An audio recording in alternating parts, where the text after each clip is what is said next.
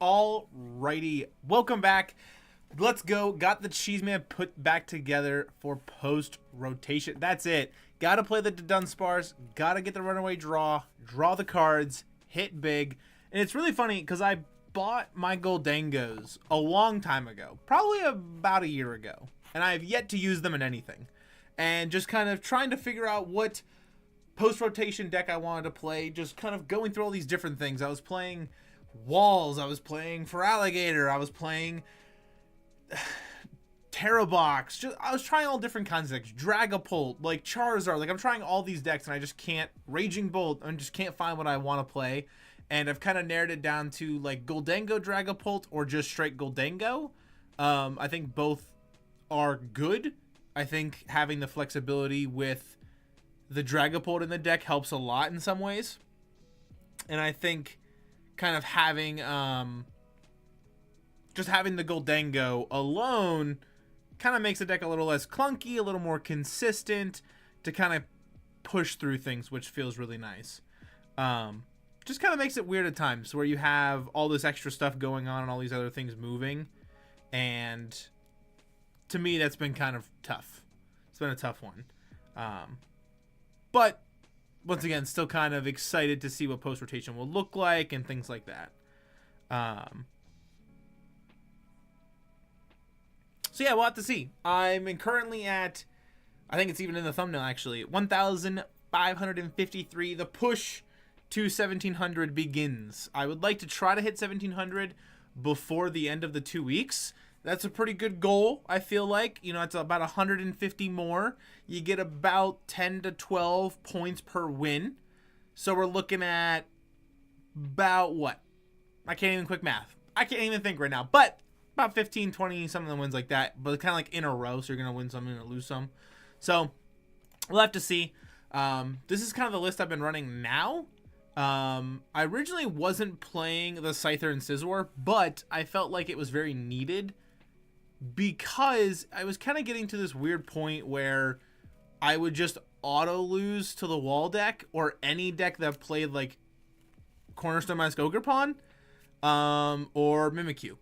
I just lose most of the time. I can kind of deal with Mimikyus, right? Because I can go, you know, put some energy on the Munkidori, Mind Bend, because we play the, you know, we're playing the Psychic Energy in the deck and stuff like that. But it just kind of kept turning into this weird point where I felt like I couldn't actually get there. And I really felt like the 1-1 Scyther Scizor helped a lot with Walls or just Mimikyu in general. Since we've kind of lost Canceling Cologne, I really felt like that was kind of where it needed to be to kind of get there. So, like I said, it feels pretty good to kind of be in that spot again. So we're just going to kind of jam some games. Like I said, the grind to 1,700 begins. I would like to try to get up to that like 1,900 range, because that's where you start to see a lot of other like notable players. Like I think there's only 2 players right now in the 2K range. It's like Tord Reklev and one other person are kind of up there. That kind of got leaked out like on Twitter I saw earlier. And a lot of other players are like at the 1,700, 1,800, 1,900 range. That's kind of where you start getting into like the good players that are actually grinding consistently, which has been pretty helpful too, to try to kind of get to that point. I've been really trying to push for that a little bit more as well, which has been pretty nice. All right, let's see. Starting Dunsparce feels kind of bad. Honestly, like, that's one thing I don't like about this deck is, like, if you start Dunsparce, it's so hard for you to come back and win the game. Yeah, Munkidori plus this. I guess we just bench this.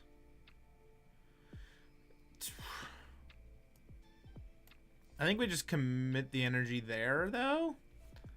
Oh, Dessa says hello. Hello! Welcome in. We're playing Gholdengo, the post-rotation list, to kind of climb the ranked ladder. We are at a bit of a disadvantage, though, because a lot of other people are going to be still playing old rotation stuff. So, like Radiant Greninja, Ionos, stuff like that, right? So, feels kind of bad. We're also playing against Hydropple EX. Like to see that? I actually just uploaded a video about Hydropple EX literally this morning. So, if you haven't seen that, definitely check that out at some point. All right, we got the Dunsparce, we got the Scyther, so that's not too bad. We can go here, we can go like this. We can go Ciphermaniac's Codebreaking, because then we go... Because we can go Buddy-Buddy Poffin plus TM Evo, right? And then we go put those there. We run away, draw 3 cards, shuffle the Dunsparce and stuff back into the deck. There's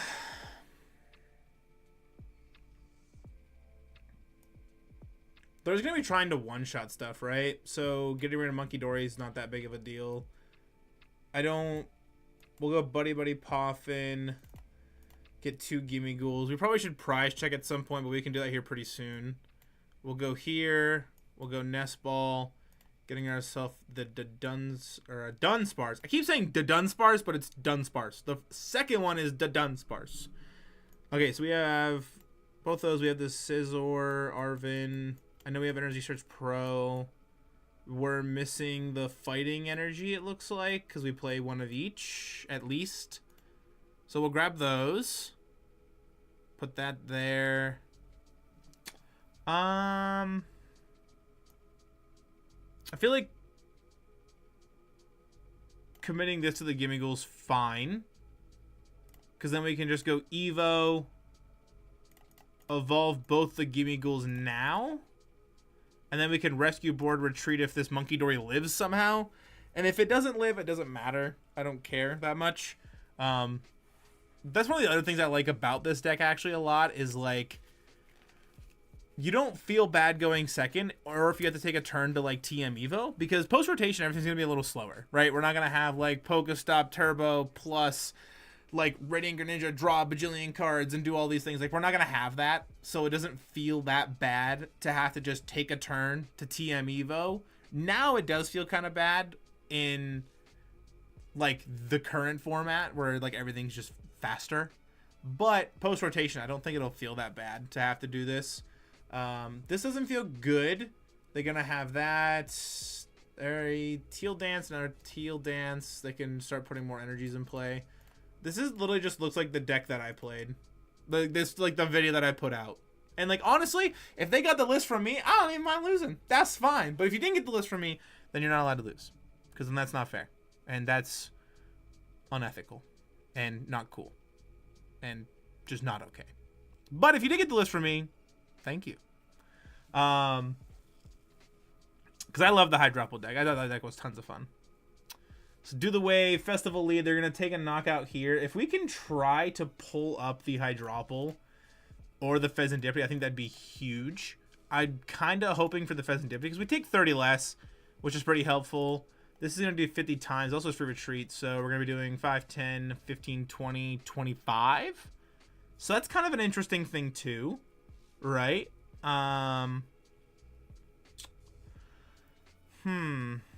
We'll go Earthen Vessel. We'll pitch the Rescue Board because we don't really need it now. And we'll grab both of these, which feel fine. See, I feel like we actually might be able to just get to this. No, I think this is the play. We have to commit to something that's more reliable than trying to find Scizor to pull up the Fezandipiti. Because at least this, we can find, like, Arven and then try to, like, Energy Search Pro plus Counter Catcher, do a bunch of other shenanigan stuff. So I feel like this is kind of more the play. Plus, we find Fezandipiti. It's kind of huge. We'll flip the script now. If we can find, like, Ciphermaniac's Codebreaking, that's even bigger. Actually, okay, so we find this. So then we can just go Arven. Yeah, so we go Arven here. And then we go Energy Search Pro. And then we play the Energy Search Pro. We grab all of our energies. So grab all these. We can then attach for turn. The question is, do I KO the Hydropple or do I KO the Fezandipiti? Like, we're not going to take that much damage, right? Because, like, you're doing 30 plus for each of all your Pokemon. So I guess, like, at most, you're doing 3, 6, 9, 12, 15, 18 again. And then I guess Attach Return puts you at 21 plus Hydropple ability puts you at 24 minus 30. So you still don't knock out. So we KO Fezandipiti because we don't want you to draw more cards. So I think that's the play. And then we coin bonus first before we attack because we want more cards. We get the Dudunsparce. So we evolve that. We'll save that. We won't run away draw. We don't need cards right now. And if they Iono us to like low or something, then we're fine. We got to discard 1, 2, 3, 4, 5. These 5 look great. So 250, take 2. And so drawing those were pretty helpful, right? Because we get Counter Catcher and we were to kind of pull that up, which feels good. Bit of a long turn for us, but I think we had to do it like that, though.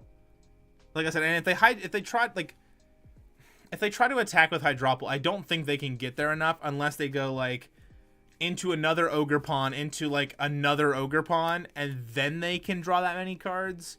But they're gonna have a lot of Teal Dances to get through and everything else. So we'll have to see. I mean, I guess it is possible, right? Like, we have 2 more Ogre Pawns in play, plus Research.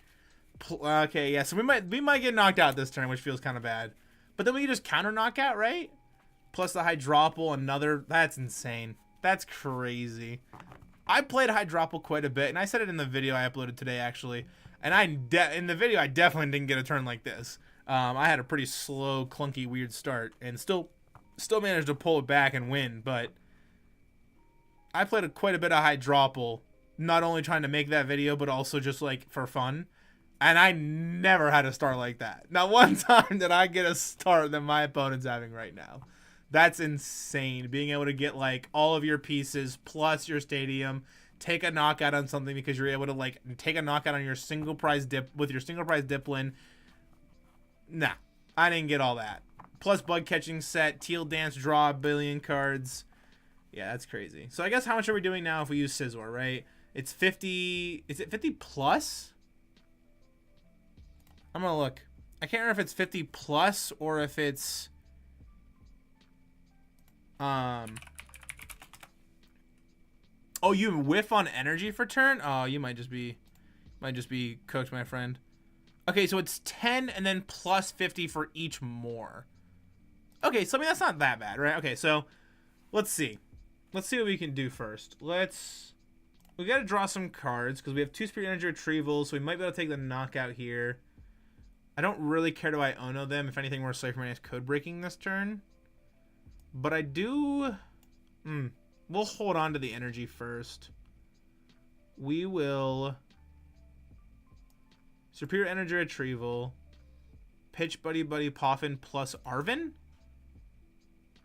and we will grab 4 back. So we're taking the knockout now, which is huge. So we can commit the energy here, because I don't mind Superioring for 2 if I have to. I can also just like Night Stretcher for 1, which is fine. Doesn't feel that bad. We'll coin bonus first and see if we can just like save Ciphermaniac's Codebreaking. Turo. I don't want a Superior for 2. So I think we go this to then find the Night Stretcher, and I guess the Scizor's probably fine too. Which one on top? I want the Night Stretcher on top, and the Scizor on the bottom. Yeah, 10 plus 50 for each. Yeah, and that's what I thought it was too. I couldn't like remember off the top of my head. So remember I draw them, we'll draw those in an extra card. Chef Husky, hey, what's going on? Hey, welcome. Welcome in. We're just grinding to 1700. That's the goal today. Well, at least close. Tried to get there anyway. All right, we need another energy. This puts us at 350, which is enough. Perfect. Actually, funny that you pop in, Chef Husky. I actually wanted to kind of talk about what's happening a little bit. So, for those that don't know, in about a month, maybe a little less, about 3 weeks, there's going to be a creators tournament, which is pretty exciting, that I will be a part of, and we will be on Saturday and Sunday just having a good time, getting a card. You got to build a deck about it. You get X amount of time to do so, and Chef Husky is actually running the event. And let me pull up their channel here. I loved your picks for the tourney, by the way. I thought they were pretty spicy. I was trying to think of something that is like playable, but like nobody plays with it at the same time, and that was kind of fun. So let me pull up Chef Husky's channel real quick here. Pop that in for you guys. If you haven't checked out any of their content, very fun and entertaining, and tons of fun to watch. If I can type, that'd be awesome. Also, GG to our opponent. I don't really know what was happening. I wasn't paying attention. They played boss, sure, plus jamming tower. I mean, I think we had that, though. That was pretty tough, I think, for them to have to try to figure all that out. There we are. And then the link to the video that had put out as well is here. I've never seen it in my life, seen ESQEX in play, so I'd love to see that one get picked. So the thought is like the card and what it does isn't bad. Like basic EX hits for 160, makes it so they can't attack next turn. On paper, it seems great. Like, seems good. Just trying to get it to work is going to be the biggest pain. So I was like, I'm hoping, part of me is hoping that I get it, but part of me is also hoping that I don't get it because I don't know how I would get it to work, like, at all. So I'm kind of like hoping somebody else gets it so they can try to figure it out so I don't have to. But for those that don't know, this is what's happening. So there's the link to that, and that's the Creators Tournament video. That's the first one. It's kind of like a two-part, so that's the second part, I believe, and this is the first part. So quick videos, like 2 minutes piece. So if you guys have time, definitely check those out because I will be a part of it, and I think it'll be fun to watch. Tons of different like other creators too, like some big, some small, some bigger than me, some even smaller than me, which I think is great. Kind of like some of the middle road ones.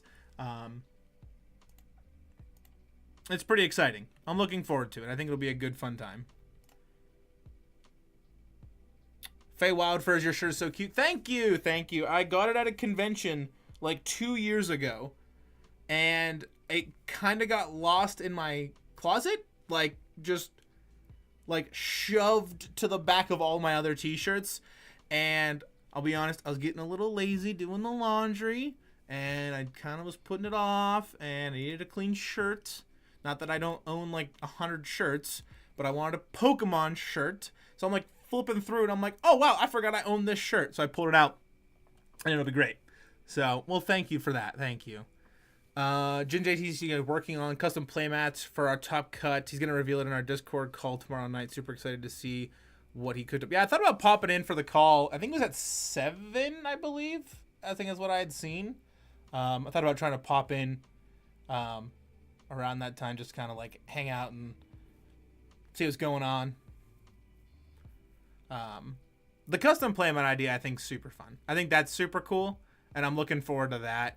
I think I had told Jin too, like, hey man, like that's a pretty cool idea. Like I thought that was really awesome. So looking for that. Love it. Yeah, it's, and like I own tons of different Pokemon shirts. This was one that I kind of got. Like I said, I went to a convention and all of my friends and stuff were there and we were all hanging out and my girlfriend and stuff was there and it was like, hey, like, this is literally like right up your alley. Like, you're the Pokemon person, right? The job that I had at the time and kind of going back to, actually, was kind of in charge of like all the Pokemon stuff and kind of like ran that whole show. So excited to be going back to doing that because I'm very passionate about it and was excited about it at the same time. That's kind of where a lot of the prints came from, like this one here, the Gengar one, the Pikachu one. Trying to do this is tough. The Pikachu one and the Charizard one, a lot of them came from that same convention, which was pretty cool. All right, run it back. Another one. Like I said, the goal 1,700 is kind of the hope. Oh yeah, that's awesome. So were you doing contract work for TPCI? No, so I worked at a game store. I was just in charge of like running the Pokemon community and stuff, and like was in charge of all of the like buying and kind of like trading in for the cards and stuff. And I kind of was like the front runner of the like community and kind of was in charge of a lot of that stuff. And I'm really excited to be going back to it and just kind of being a part of like that community more again than what I am now. Oh, also thank you for the follow. I really appreciate that.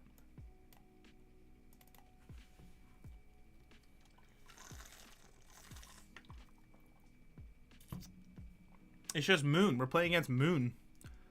Oh god, that's awesome. Yeah, like I said, it was tons of fun. Tons of fun. And I'm really looking forward to doing it again. So see, this hand right here though looks perfect for going second, because then we just go Buddy-Buddy Poffin plus Arven plus TM Evo, and like we're fine. But now we have to play really slow. They're probably gonna knock out this Gimmighoul, right? There's also no way they play Ninja plus like all the energy switches. So we'll go Nest Ball.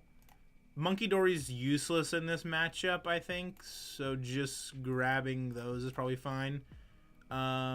We prized Scyther, which kind of stinks. We also prized... Nope, we didn't prize that. We prized the boss. We did not prize that. We prized a Spirit Energy Retrieval, which does feel a little bad. And we prized a Metal Energy. Yeah, cool. Pass. There's no way they Iono us, right? You just saw it for the first turn, so playing Energy Search Pro is actually just going to bait out an Iono, if anything. How are you liking Gholdengo? It's one of my many decks I'm needing to try, actually. So it's funny you say that. Gholdengo was a deck that I bought the cards for. I'm actually, like, fidgeting with it, like, now. Because I just fidget with a deck at my desk almost all the time. It's a deck that I bought, and I bought, like, Gholdengo and all the pieces kind of for it. Probably, like, almost a year ago now, and I've just never played it. Like, I've had it. I'm like, yeah, like, I'll play it one of these days. Like, eventually I'll play it, right? And I just never did. Just never played it. Never was something that I thought would be entertaining or just a deck that I didn't feel like I really wanted to play at the time. But with rotation coming up, I really was like, I needed to find a deck. For some background, Lugia being the mascot of the channel, you know, here on Twitch and on YouTube, actually, because I kind of primarily do stuff on YouTube. Lugia V-Star's rotating. I play Snorlax Stall a lot. That's rotating. A lot of the decks that I've played are kind of leaving, so trying to find a new deck was kind of tough, and I was like, man, like, I'll just play Gholdengo. Like, I've had these pieces forever. Like, Gholdengo Dragapult's a deck. There's a Gholdengo itself is a deck, and I was like, I'll play that. And I'm liking it. I'm liking it a lot. I haven't played Gholdengo Dragapult too much. I've just played mostly like the Gholdengo variant, but it's really fun. It's pretty cool. You kind of have like a weird moment where like you get hands, like I said, like even this hand, right? Like I really would have rather gone second with the hand that I currently have, but I can't. Like I picked first, right? But I'd much rather be going second with that hand. So you have weird moments like that where it feels kind of bad, but there's a lot of comeback potential with the deck too. You don't feel bad like TM evoing if you have to every once in a while, like your second turn or something. Actually, just the last game, that's how I won. Like I just TM evoed and threw a bunch of Gholdengos in play, which felt pretty good too. Okay, so we're Energy Search Pro, and that's the other thing with this deck too, is like being able to just do this and just pull out like all these cards out of your deck, thin your deck almost entirely out of just all these is kind of insane. I feel like using Arven now is not really worth it. Buddy-Buddy Poffin also is not really worth it. I'd rather just Ciphermaniac's Codebreaking this turn if I could, though. Alright, we'll play Arven, though. Because I was hoping we find, like, Ciphermaniacs maybe into, like, a Dudunsparce or something, but not too big of a deal. Alright, we'll grab this, and we'll grab an Ultra Ball so I can hopefully find some more pieces. We will Ultra Ball. We only need 2 energy. We only need 5 energies to actually take the knockout. So, pitching these feels fine. We have Buddy-Buddy Poffin, too, so we can grab another Gimmighoul, which is kind of nice. I want this to, so if like, Iono me to low, I'll have it, which feels kind of good. So we'll Buddy, grab all these. I feel it as a Guardy player. It sucks getting a great Team Evo hand and then just having to sit on it. Yeah, it feels awful, right? Like, it feels so bad. Are you actually thinking of playing like Gardevoir Post Rotation? Like, I know there's still like a deck that is going to be existing. I know it's not as good, unfortunately. So I'm just curious if that's like something you're still thinking of kind of playing going forward, or if you're looking at maybe a different deck. Unfortunately for me, I didn't really have a choice. I kind of got forced to have to pick a different deck, right? Like I said, like Lugia being like the channel's mascot, kind of the deck I played primarily the most, and then getting and then like Stall being the other one where like that whole deck's rotating. I was like, oh, I'll play Raging Bolt for a while, and then the last stream I had, I played Raging Bolt, and Chat and I here on YouTube, we ran the numbers. I used Pokegear with 11 cards left in my deck, and I had 4 Sadas left, and they were the bottom cards. And I didn't see a single Sada off my Pokegear. I think I maybe had 12. I might have had like 12 cards or 13 or something, but I had all 4 Sadas and like ripped Pokegear and like whiffed on all 4 and couldn't find one. And I was like, I'm done. I'm done playing this deck. And I unsleeved it on stream, and I haven't touched it since, and I have no intentions on touching that deck like ever again. So I was just curious if that's something that you're planning on doing. Also, we have Spirit Energy Retrieval, so we can just pull up this moon, which feels pretty good. So,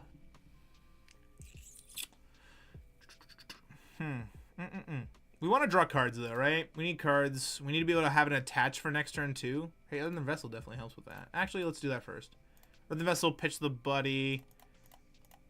Grab these. And then attach. Coin bonus. You know what? I'm not even going to rip their Pokestop. I don't want to whiff on anything. I mean, I guess it doesn't matter if I do or not.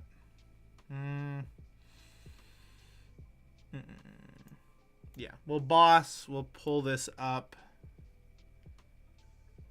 We just need cards. We like need cards that pitch to Superior Energy Retrieval, honestly. Okay, so we draw all these. We prize Scyther, so pitching that's probably fine too. And then, yes, pitch this. These feel fine. And then grab all of these. Yeah, losing Refinement plus Greninja is really rough. It seems like it has a good reasonable success with Blender, but I'm definitely going to be exploring around a bit. Yeah, and like you have to, right? Like you just have to. I don't think that's a bad thing to do. I think exploring around for a bit is definitely something that could be benefiting. I think it's still a solid deck. I just don't think it's going to be the deck. Sansa says, hey, buddy, what is up? I can't say I was an expert with it, though. I'm still new to Pokemon TCG again, started back in November. Sansa, for the 100 bits, thank you so much. I really appreciate that, Sansa. That's awesome. Thank you, thank you, thank you. That's incredible. Can we get some Woobat love in the chat for good old Sansa? Thank you, thank you. Yeah, no, I have been playing Pokemon kind of off and on for a while. Also, I had a feeling they were going to Iono us to low. I had a hunch. I had a feeling. I started playing Pokemon, I would say competitively, probably in the last like year and a half. But I've been playing like off and on for like since 2020. Like right around COVID is kind of when I started. And yeah, I don't know. It's been tough. And like I've kind of, since I started playing like more competitively in that year and a half, 2 years ago, all the cards that are leaving, I kind of started playing with. Like, also, GG to our opponent. We had that game. We just had to draw a bunch of cards, and then we should have been fine. yeah, I don't know, like, losing all the cards. For the big one for me was I played Lost Tina with Path to the Peak, and losing Path was rough. I loved Path to the Peak. I'm on the big reprint Path train for sure. So that's definitely a big one for me. All right, we are 2-0. Then I gotta make sure to open the chat back up for Twitch so I can see it.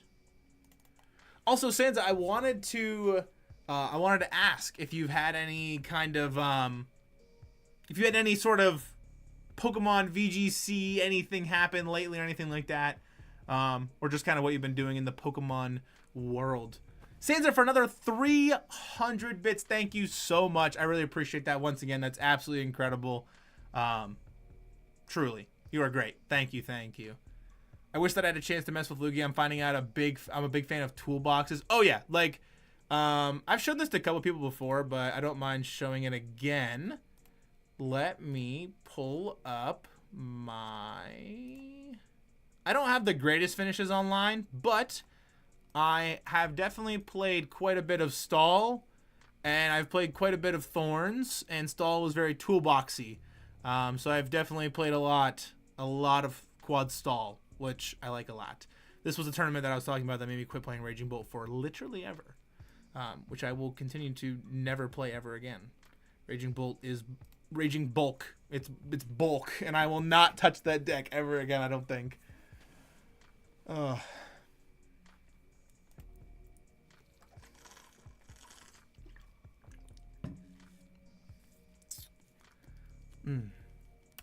Now, I think another deck that I actually really wanted to play was Ceruledge. Ceruledge was another deck that I really wanted to play post rotation, and I don't know. I just don't know if it's... I just don't know. Like, it's all eggs, one basket, and you're trying to go super fast, which is great, and if you can get there, it's awesome, but if you don't, it just feels kind of bad. Lugia was also another deck that was kind of like that. Like, it was very, like, all eggs, one basket.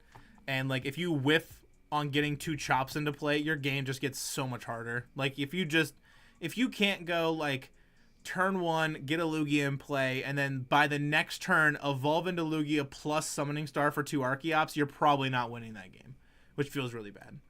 I'm also going to start with Scyther in the active spot because I want to be able to free retreat. And we'll put this Gimmighoul down because there's no reason not to. No reason not to. I'm kind of leaning towards Feraligatr or Slowking, but I'm wanting to experiment with them after rotation. Tough to tell how they're going to be right now while fighting pre-rotation decks. Yeah, it is kind of tough. That's something I've ran into a lot, just like doing this. But I'm going to a big 3K tournament that's about 2 hours from me at the end of the month. On March, I don't remember the day, but I'm going to a 3K tournament, and really it's post rotation, so I'm really trying to like get as much practice in for that as I can. I'm pretty sold on playing Gholdengo right now, but I really also want to give Gholdengo Dragapult a shot because being able to just look at 15 cards in a turn is really nice. Slowking seems like a fun deck. I was gonna make a video about it, just haven't really gotten around to it. And I have a Feraligatr deck that I've played a couple times. I think it's a solid deck. I don't think Feraligatr is a bad deck. It's just very, like... If you just don't set up, you just get blown off the table, which just feels so bad. Which you can say the same about any deck, I guess. But there's been so many times where I just, like, can't get anything set up, and I just get absolutely cooked because I couldn't do anything. And that feels pretty rough. It's super inconsistent right now. Yeah, and it just is, right? Like, it's just super inconsistent, and it's very just clunky and very just, like, I have a really hard time with it.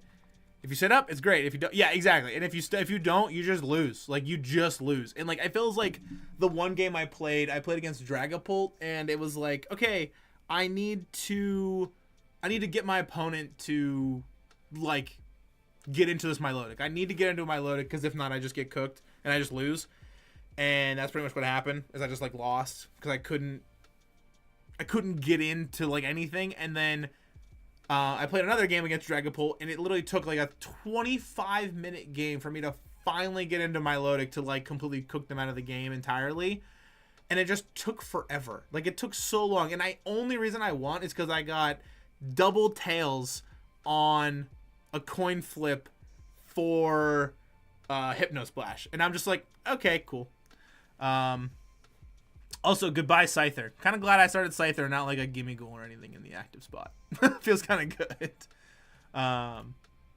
It feels kind of nice. All right, we'll put this here because we can evolve here and then Ciphermaniacs and then put stuff to the top and grab a bunch of things. Dragapult is especially a rough matchup because of the spread. I think it really needed a Shaman. Yeah, I can see that. I think that'd be pretty fine. We're also item locked, which feels really bad though. But we'll go here. If we can find into... actually, we literally just put a Metal Energy to the top. And then we just draw into it with this. Because then we just, like, make it rain for one. Feels bad to have to do that, but you gotta do what you gotta do.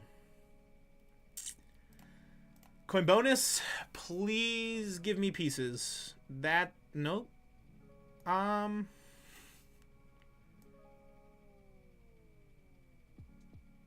Sure. If I have to sacrifice anything, it's going to be the monkey because it's bad in this matchup. You have to... The worst part, too, about, like, playing Gholdengo right now, especially even post-rotation, is, like, you have to play Munkidori in the deck because if not, you just lose to Dragapult because they just get to set up perfect numbers. They just get to go punch the active for 200, put 6 on a bench Gholdengo, and then next turn go boss, punch, put 6, take 4 prize cards. And, like... You better hope they don't double Dusknoir something on your bench because you just lose if they do. And, like, that feels really bad. So you have to play the Munkidori now and post-rotation because if not, you can't fix the numbers. You need to be able to fix the numbers. And that's kind of the big thing for, like, Gholdengo, I feel like, is if you can fix the numbers in your Dragapult matchup, you're fine. Like, I think you can win that game most times. If not... favored, actually. Especially if they're playing the Dusknoir because they're helping you take more prizes, which is kind of nice. But, like, if you can't get the Munkidori set up, you just lose. You just do. The amount of bench spread right now is rough in general, honestly. It really is. There's so much, like, spreading in the format, and it just feels kind of bad. Like, it really does feel very... Like, and we're losing some of it, like Sableye rotating, which feels kind of good. Like, you know, right now, like Kazam's rotating, so like you don't have all that manipulation on that end. But like, you still have, like you said, like the Dragapult, like Regidrogo's rotating, so like you don't have to worry about Regidrogo using Dragapult attack anymore either. Just makes it tough. Yeah, just tough. It's just tough. It really is. This matchup is another one that like is not good for Gholdengo at all. And this is kind of like what you were saying earlier about playing post-rotation to pre-rotation decks is really rough. This is one of those like this feels bad because like this deck post-rotation doesn't really exist. Like you lose Double Turbo, you lose Raiden Hisuian Sneasler, you lose a Rangaroo V, Lumineon V, +4 a Sealstone, you lose the switch cards like this like Clefairy is, I think, dead after rotation. But, like, right now is a really hard matchup, and it's really tough. So, it is what it is. Being able to Iono themselves into the perfect one, and then that for 3, take the prize. We can't Fez, which feels bad, too. I guess I could... I don't even know. I think... we still have a chance, right? Did we just, like, try to stall out their double turbos? How many do you have? Okay, 1 there.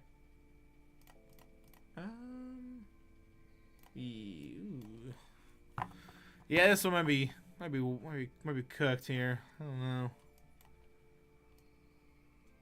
We don't even need to worry about finding a friend, right? We just go like this. I want to thin the deck some. So I guess we'll just grab these.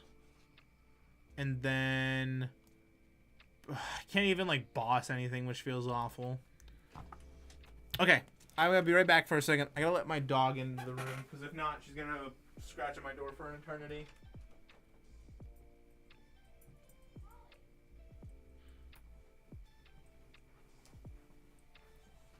There we go. She's hanging out. I left the door cracked so she can kind of maneuver around if she wants to go back out there. Oh, we just lose. Just scoop it up. Scoop that up. Not a big deal. Scoop it up. GG's, go next. No, no, no. I think it's another, like, I feel like that's another matchup that's just really hard. I don't know what Trainer Hill says, though, but I do feel like it's just tough. Let me see. What does Trainer Hill say? Let's take a peek. Also, if you guys don't use this website at all, definitely should. This website's insane. It's, like, very helpful for, like, meta stuff, decklist stuff, things like that. Get out of here, Peacock. You're only good for watching The Office. It's the only thing you're good for.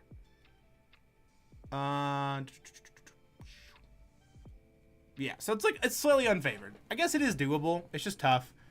But a lot of Gholdengo, I think it's bad matchups you fix with rotation. Like right now, Gholdengo has a really tough time into Ceruledge, which still, it's unfavored, but still doable. Charizard Pidgeot, unfavored, also still doable. Dragapult, just Dragapult, not Dragapult Dusknoir, just Dragapult. It's like 50-50, I feel, you know, 45-55. Gardevoir, really bad after rotation. That's a tough matchup for Gholdengo. Clofterapagos, another one. It's like kind of a tougher matchup. Also rotates too. You lose Lost Box though. Like Lost Box is a terrible matchup. That whole deck rotates, which feels great. Lugia is another one. It's like kind of 50-50, but that rotates too. And Stall is another one. It's like awful matchup, but rotates. Am I doing a tournament right now? I am not. Just kind of grinding on the ladder for push to 1700 is the goal today. Hopefully as close as we can. That's the hope. So we'll have to see. Right now we're at 1562. My goal is to get to 1700 by the end of the 2 weeks, like when it runs up. So that's the hope. I have done a lot of online tournaments before though, like in the past. Like I've done tons. I think I'm probably pushing, I don't know, might be like 50, maybe 40, maybe somewhere in there. But nope, just kind of grind the ladder. So the numbers on your webcam are the record for today. Yep, we are at 2-1. 2-1 right now with Post Rotation Gholdengo. We beat Hydropple, Ogerpon, which looked very similar to the video I uploaded this morning, which I thought was kind of interesting.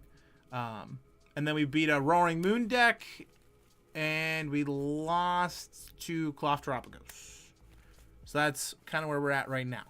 Trying to just push.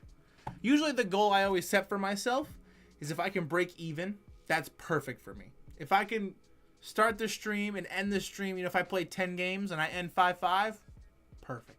I'll take it. 0.500 is good enough for me. So, we'll have to see. Jeremiah Forever says, hello, what up? Welcome in. Welcome.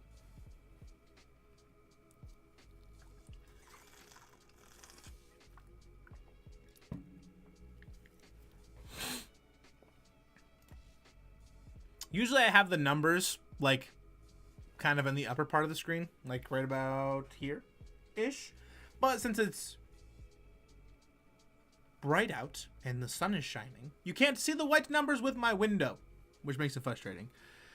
Is this Gholdengo good? Kind of a noob. It's good. I think it's good. I think post-rotation it's good. Right now it's kind of not as great, unfortunately. It's very... Playing post-rotation decks into pre-rotation decks is something that is very difficult, just because they have a lot of pieces that we're like excluding from ourselves essentially. But I think it's a good deck. I think Gholdengo going forward is definitely like a solid like tier 1, tier 1.5 deck, or A tier if you want to call it that. I think it's pretty good. Just change the text to black. I definitely could do that. That is something I could do. But I also don't mind it being like right next to me. It might be a little harder to read. Actually, let's see what that looks like. Let's see. Let's see. Put this up here. And then select color. There we go. That's not bad. All right, our turn. We have TM Evo.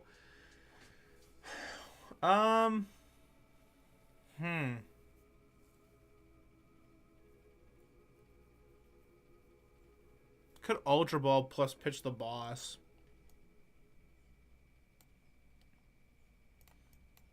Yeah. Let's see. Okay, Nest Ball for this first. Ultra Ball will pitch boss plus energy. We have 3 Gholdengos, so if we get another Gimmighoul, it's fine. We're just gonna need to draw a lot of cards. Energy Search Pro.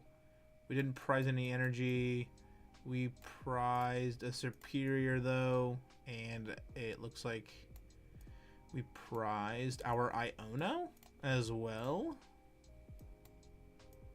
I almost just hit done and didn't find anything. That'd have been pretty rough, huh? That'd have been pretty bad. I've been not great. All right, attach plus this. Then we will evolution for both of these. I just have to remember, if I keep it black here, if I'm streaming at night, it's hard to read because just the way the room ends up looking. I have to change it back to white because the room gets darker. Even if I have like all of my like lighting over here in the corner and above my head and stuff turned on, I have to just make sure to change it. But I think it does look better black during the daytime. So thank you for that. Thank you.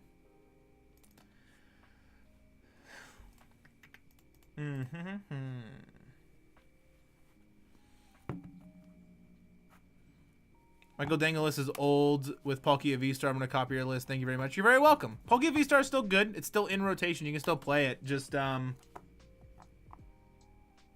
you're going to play it now, just remember to kind of change it to,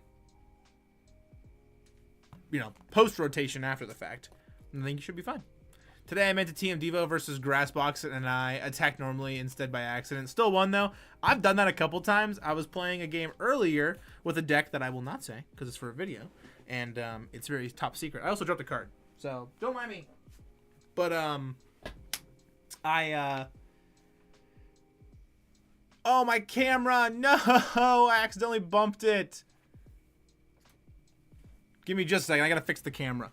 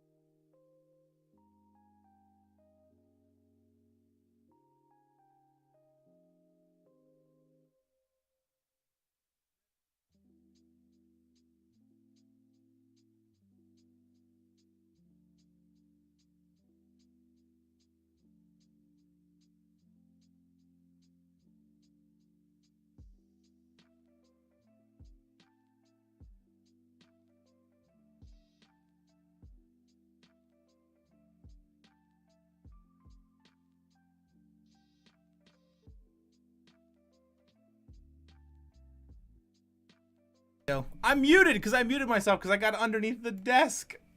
I was saying that I'm tall and since I'm like 6'2", I accidentally bumped the switch underneath my desk that has my camera there, and if I bump it too hard or anything, the camera just kind of turns off. So I had to go down, unplug it, plug it back in, deactivate it, reactivate it, and good to go. Anyway, you were saying about Grassbox. So I like that deck a lot. I like Grassbox. It's pretty fun. And I was playing a game earlier, and I won by TM Devoing to take multiple prize cards to actually win, which felt pretty good. Okay, so we need a lot off of this. They're going to take 2 prizes off of Fez. We have 2 Gholdengos plus a Gholdengo. We need a lot of coin bonuses. That's not one of them. All right. First coin bonus. Give me cards. No. Second coin bonus. Give me cards. Oh, no. Oh, no.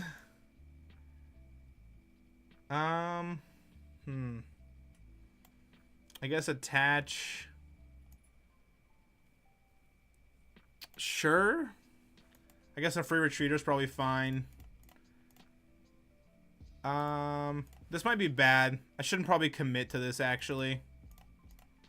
No, I was playing against it, and I meant to Devo their Hydropple. That's actually kind of crazy. That's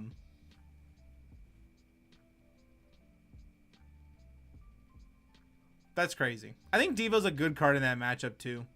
Because, like, we just, like, Devo from 330 to 80. Which is really insane. But, it's like you said, you misplayed, and you still ended up winning, which I feel like is the important thing. And you had fun. Also important. Always make sure to have fun.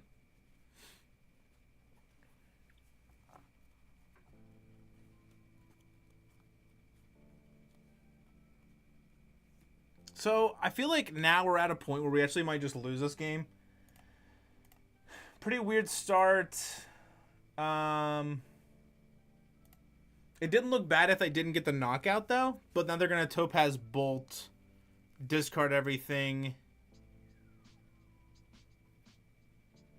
Take the knockout, take 2. Leave me with Scyther plus Dango, which feels really bad. I don't know how I feel about that. Will the new Mega EX need the normal EX to evolve, or any idea when they're coming? I can't wait. So they don't need the normal EX. They'll just evolve from, like, the normal Pokemon. So let's say if there's a, I guess there's a perfect one is, like, Mega Lucario EX. You don't have to have Lucario EX to evolve into the Mega like it used to be, I think. You just have Riolu, and then it evolves into the Mega Lucario EX. There also don't need the... You won't need the, like, Spirit Link anymore either. You won't have to worry about that. That's something you won't need. Oh, I want to draw not that card. All right. This might be a wash. This might be a rough one. Night Stretcher plus Dunsparce. Sure. We can flip the script and draw more cards, hopefully. We also can't one-shot the Pikachu, which feels even worse. Plus Counter Catcher, Munkidori. We'll Earthen Vessel actually pitch the Munkidori. And we'll find this and this. And then here. Did I just like... Oh, man.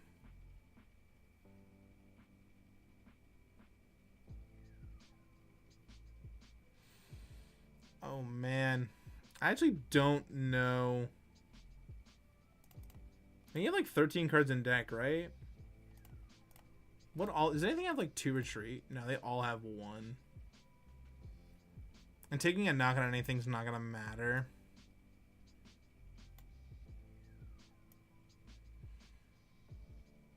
I think this is fine. Yeah. We'll try bias a turn and just see what happens. The other thing about the Megas also that you won't have to worry about is before, with like the whole Spirit Link thing, if you didn't have the Spirit Link attached and you evolved into it, your turn ended. You don't have to worry about that. Your turn just doesn't end automatically. It just kind of, you get to keep going essentially, which is pretty nice. The game will definitely be a little faster, I think, with that. But I'm pretty excited. Want to play one after? Yeah, I'll be down for a game. Play one, then get back to my TCG ladder. Try to get to that 1700. I think this game right here is a wash, though. I kind of shoved the Noctowl up to see if I could just maybe do something and hope that they, like, can't find anything, but they might just have... Yeah, okay, they have Turo plus... Yeah. Yep, that's a GG for me, man. Shoo. Tough start. Tough one. That was tough. All right. We are 2-2. 2-2 to start. Feels kind of bad. Feels kind of bad.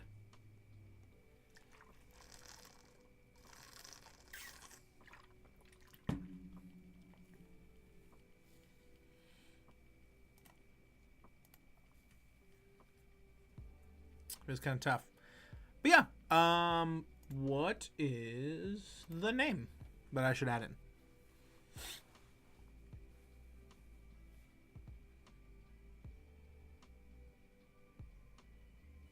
Sorcery 2020. Oops.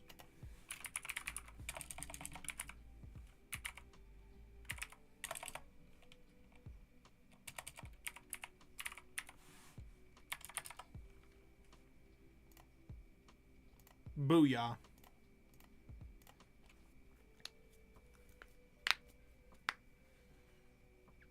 Also, I apologize for my knuckle cracking. I've been having, with the weather changing as much as it is, my knees and my, like, wrists and things like that have just been very, like, sore lately.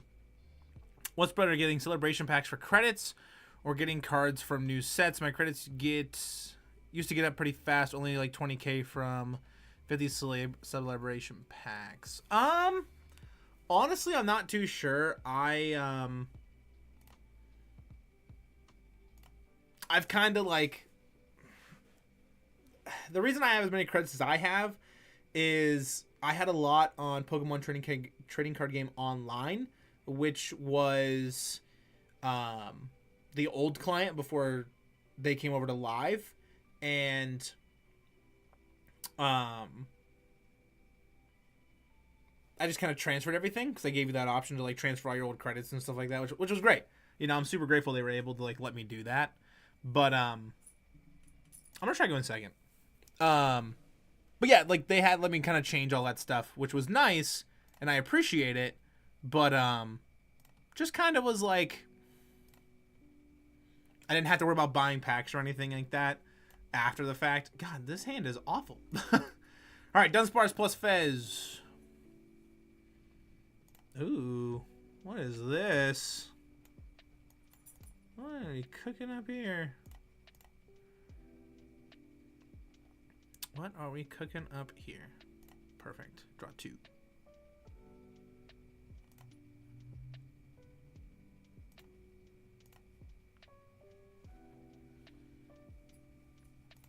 Also, I believe, if I'm correct, Ostrich, you're also a part of the, like, event coming up, right? I think. Correct me if I'm wrong, but I think you are. I could be wrong, but like I said, I think.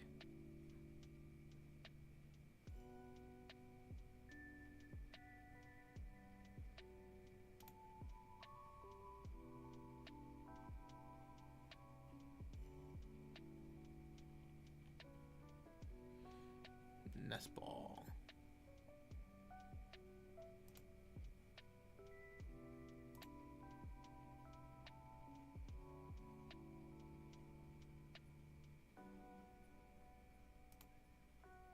If you guys can hear my dog licking her paw, I apologize.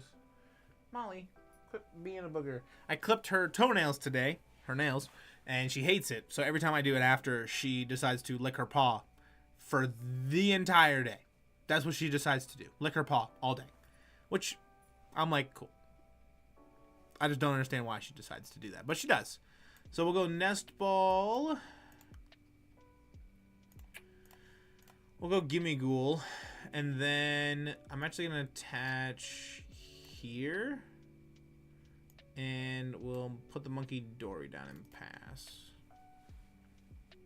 But yeah, I think either's fine. I think the hard thing with the new sets, though, is the new sets, it's like if you don't own the cards on the live client, they, like, you don't get the credits for it. If you're just trying to, like, jam a bunch of credits in, then, like, I'd probably say just do that. Like, honestly, like, if you're trying to just jam a bunch of credits, then, like, that's the one I would go. But, I think either's fine. Alright. This. Attach. Retreat. To this. We'll coin bonus. Draw 2. If we can fire our way into boss, we just pull up the Flittle, right? So, Buddy-Buddy Poffin. We'll grab... the Scyther probably feels pretty... I feel like the Scizor in this probably feels pretty fine, right? And then... yeah, we'll hold the Dudunsparce for now. Is this resist? Okay, it doesn't resist. Cool. Alright, so he's going on pitch 1. Take a knockout. Take the prize. And it should be good to go. Flittle. Hopefully you can find, like, Fez. Hopefully Ostrich can find, like, Fez and draw some cards or something. Or, you know, find some pieces. Tool up. Bring a piece back. Get the Natsu back down. That'll work. Find yourself into a Sparth. Try to punch something. Retreat. Attach. We're triple striking. Triple strike in here. Hey, 2 out of 3 is not bad. 2 out of 3 is pretty good. 2 out of 3 is pretty good. Pretty good. We will attach to the Scyther. And then coin bonus for 2. I will definitely Arven. And we'll grab all these. And then I don't need to use it now. So we'll just hold it. And then we'll make it rain for 1. And then take the knockout here.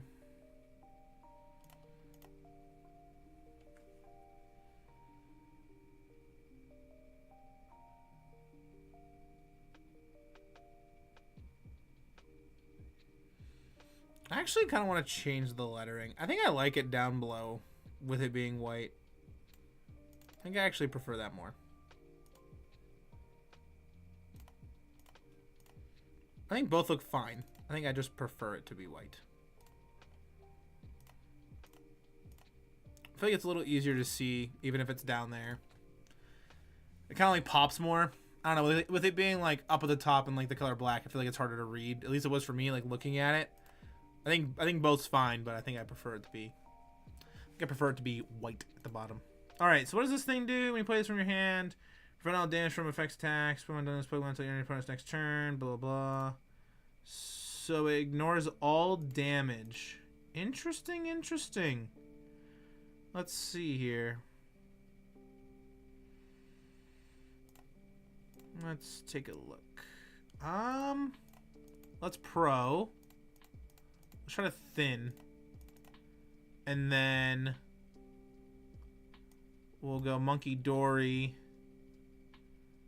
And then I will move some damage counters. We'll go 3 to the Nod 2.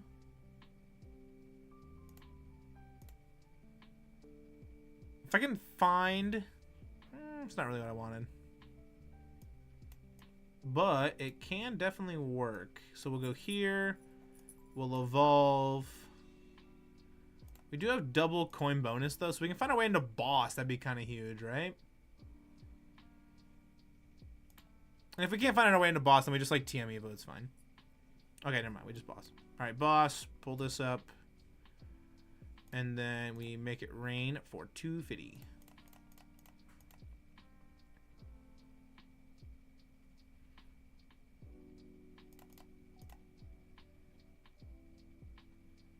Cool. One thing I also do miss about Gholdengo is actually being able to play Prime Catcher in the deck. Like, we're kind of in this position where, like, Energy Search Pro is definitely the best way to play it. The ability to just be able to, like, pull all the energies out of the deck and then just hit something huge isn't, like, it's too good. I just really kind of miss being able to, like... I really miss being able to just Prime Catcher pull something up. So... definitely does feel bad. So now, does this not have the status effect anymore? Okay, it doesn't. So now we go here. We attach to this. We Ultra Ball pitch both of these. Pitch the Rescue Board is probably fine. And we'll grab ourselves the Scizor. We'll evolve into the Scizor. We're only hitting for 60 though, which feels really bad. Probably should have went Dango this turn, actually, but it should be fine.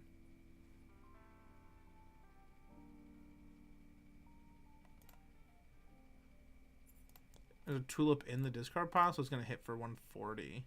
So we'll take the knockout, though. This is only going to hit for 60. I guess I could just Turo. This feels kind of bad, but it's fine. Turo, put this up. We'll re-bench this. And then we will Supreme Energy Retrieval. We're actually going to pitch the Counter Catcher in the TM Evo to pull back a bunch of energies. And then we will coin bonus for 2. I don't think I get to flip the script. Nah. Alright. This. And we only need 3. Perfect. Alright. So we just need one more prize. If they try to punch anything, we can just like Munkidori move it to the not to. And we should be able to enough. The only thing that might hurt is like an Iono to 1 might feel real bad. Iono to 1's going to feel real bad if that happens, but we'll see.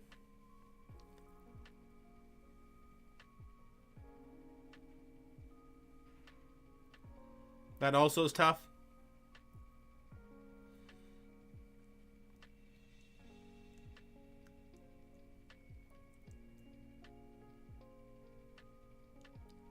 They have to find their way into a Xatu, though. If they don't find their way into a Xatu, then we just like get to a Adrenaline Brain and take the knockout. So we'll have to see.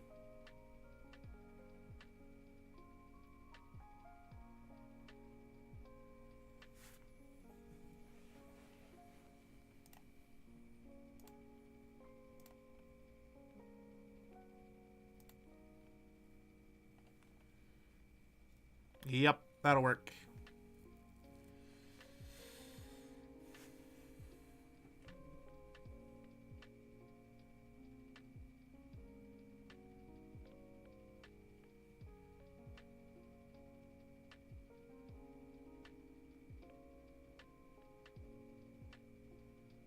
Clairvoyant Sense.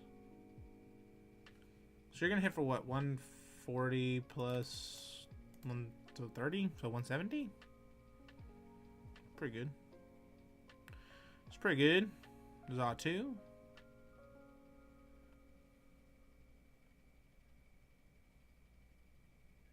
Oh wait, we just win because we just Adrenaline Brain move to the Flittle. Never mind, we fine. We chilling. We big chillin'.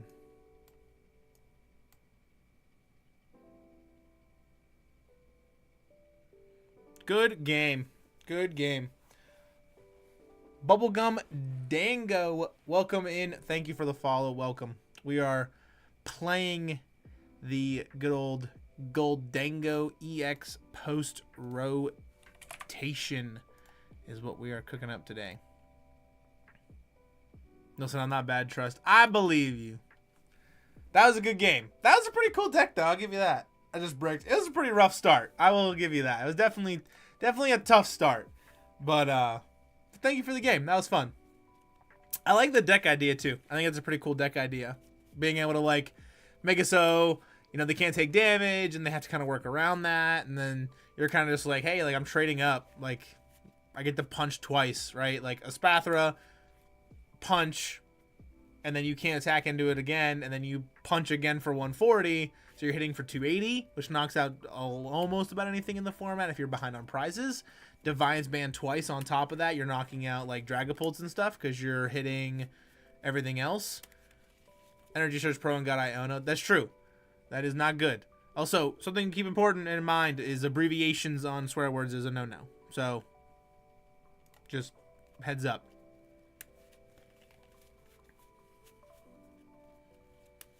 Family-friendly PG channel. That's the goal. Do I need to get all the energy, or a certain amount is fine from Energy Search Pro? I think it's fine. I think depending on what it is. I'm 43 and 28 with this deck, not counting the match. Sorry, it's okay. Just wanted to let you know so you knew. It's kind of hard for me to like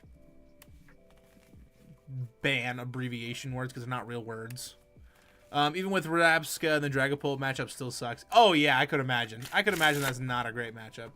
I feel like that's a pretty tough one. But as far as your Energy Search Pro question goes, I feel like anyways kind of fine. It just kind of what... It really just very situational. Ripping Energy Search Pro kind of right off the rip is not always something you really want to do sometimes if you can help it. This is also a hand I would have loved to gone second with because then we can just Arven TM Evo and be fine. So we'll go Buddy-Buddy and... Yeah, we'll just grab these. And then...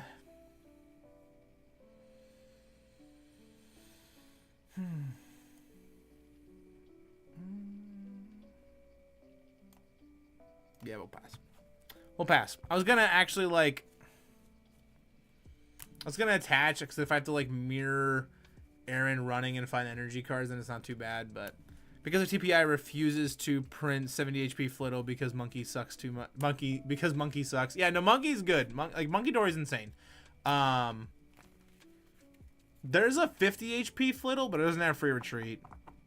And the Dragon Ball matchup's gonna be hard. I played a Spathra EX the last stream I did, and it's tough. You just gotta really get around it. Dragapult makes your life even hard, or Dusknoir makes your life really hard too, because they just like Curse Blast and KO your Xatu and it doesn't even matter, which makes it tough. That one makes it really hard, I think.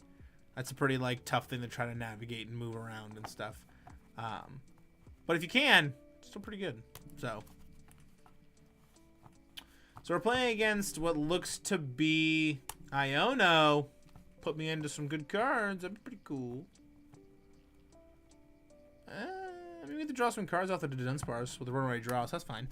I run a copy of the 50, but it doesn't help with the Dragapult. Yeah, no, it's tough. It's a tough one. It's a tough matchup. I like Espathra a lot. Espathra is definitely a deck that I enjoyed playing a lot. It's kind of like that one deck that I'm just like, yeah, this deck's really good. It's really, really good. It's not a bad deck. It just has, like you kind of said, like, Dragapult is just so dominant in the format that it really makes it hard to kind of maneuver around those things, I feel like. And it makes it really hard to deal with that stuff sometimes.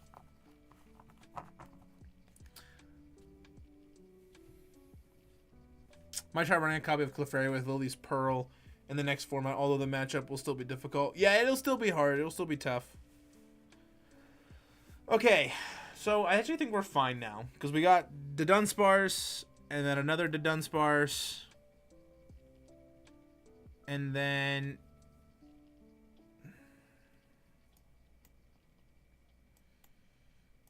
we'll grab ourselves.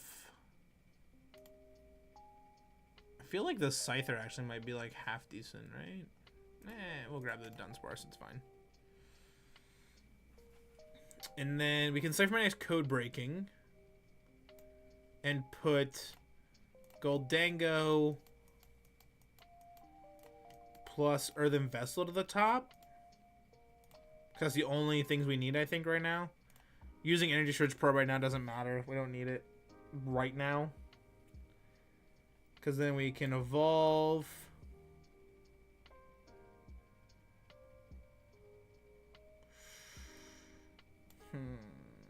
Well, Earthen Vessel, pitch the Arven.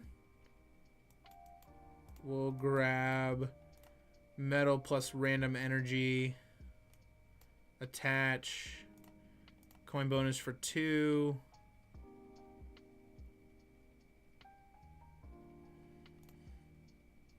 Yeah. We can save the... Yeah, we already... I mean, like...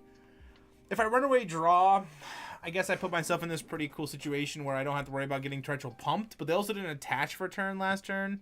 So they're going to need a lot to be able to just, like, go into that into that Wellspring. And if I can find my way into my boss, then I can just, like, boss pull it up and we'll fine. Unless they go, like, Crispin. If they go Crispin, then we're just, like, cooked, right? Yeah, if they go Crispin, they're just going to go... Yeah, there it is. Crispin, knock out both Gimmighouls. Well, actually, no, it punches the active, right? Yeah, it's 100 to the active, and then you do 120 to the bench. So I guess you, like, KO one of the Gimmighouls, sure. But then we just counter back, and we just blow up the Ogre Pawn. It doesn't matter. So we'll see.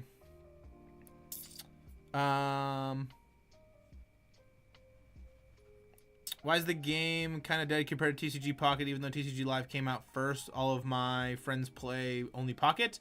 Live's got a lot of bugs and issues, and it's... I don't know about dead. I think a lot of people play TCG Live. I'm just not sure. I don't play Pocket. When it came out, I played like 3 games, and it just wasn't for me. Okay, so now you counter catcher, pull this up. Then you knock out both Gimmighouls, take 2 prizes, which feels pretty good. What does that do?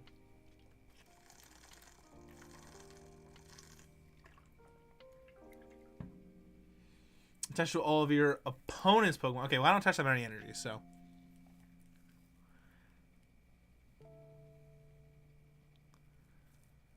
Alright, so. Feels a little bad. They're going to take 2, and they're going to KO both Gimmighouls, but I still think we're actually in a pretty okay spot in this game. we just put this up. We have Fez plus Codebreaker, plus we can find Energy Search Pro and then pull a bunch of stuff out. So we go this. Yeah, we'll flip the script first. See if we can just find into like Buddy-Buddy Poffin or Nest Ball or something. Okay, Nest Ball's fine. We'll grab ourselves a Gimmighoul. Actually, wait.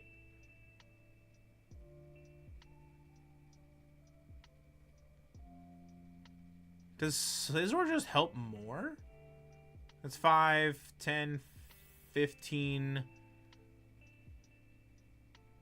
20, 25 plus 10. Now we have to go to Gimmighoul, I think.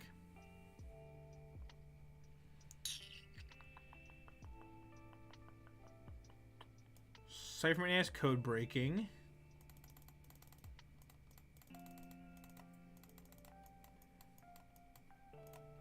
I prize my Energy Search Pro. It feels awful. Feels real bad, man. Feels real bad. Alright, we got to get a little interesting. So we gotta put these at the top.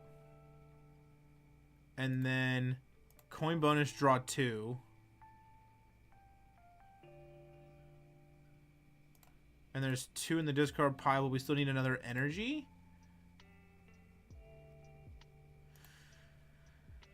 Runaway draw, we need to hit an energy.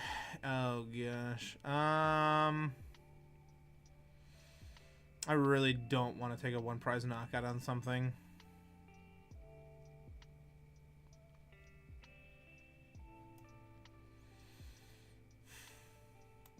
I guess pull this up. Feels so bad. We'll go.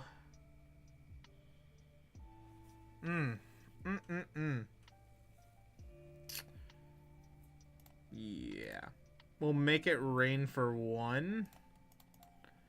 Take a 1 prize knockout. Oh, it feels so bad. I just needed an energy. I literally hit energy, it's fine. We just like Superior Energy Retrieval, anything from my hand, I didn't care.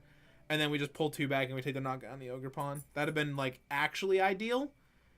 But now we're in this kind of weird spot where they might be able to like Crispin and come way back in the game. Yeah, because like Ultra Ball, find 2. Like discard 2, find Noctowl, you hit Crispin. Flareon? No, you go Crispin again, right? Like you grab Noctowl plus. Okay, you already had Crispin? Oh, that's not good. I keep seeing the Evolution deck. So this one's a little different. This is like Evolution plus like Terra Box, which is kind of interesting. But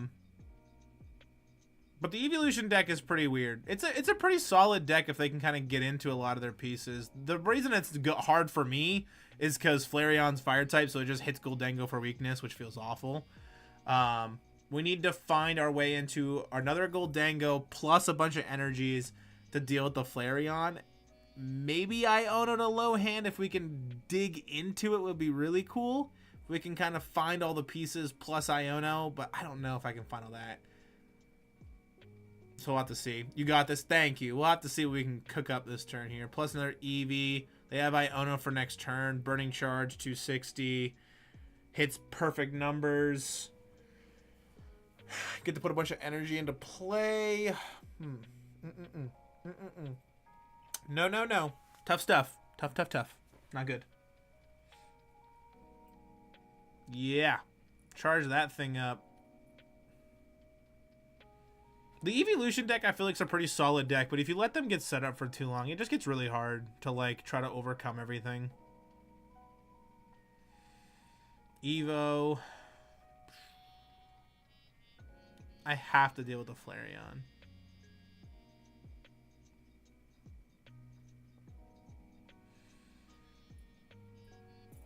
Oh man, I really want to Iono them to low. But I can't. I have to go Codebreaking, Gholdengo.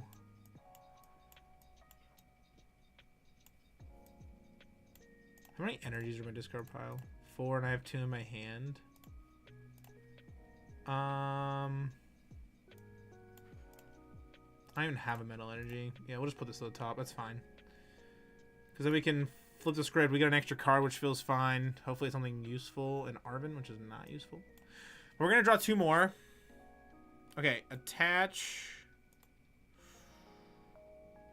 Coin bonus. Energy. Dunsparce. Kind of huge. Pitch an Arven and TM Evo. Pull back all of these. They're going to Iono us to low. But they're setting up for a Vaporeon, though, which is kind of interesting. I need to hit 300 on this. They're going to Iono us next turn, so it's only 250. I need this one, too.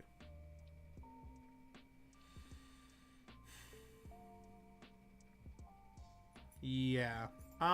Yeah.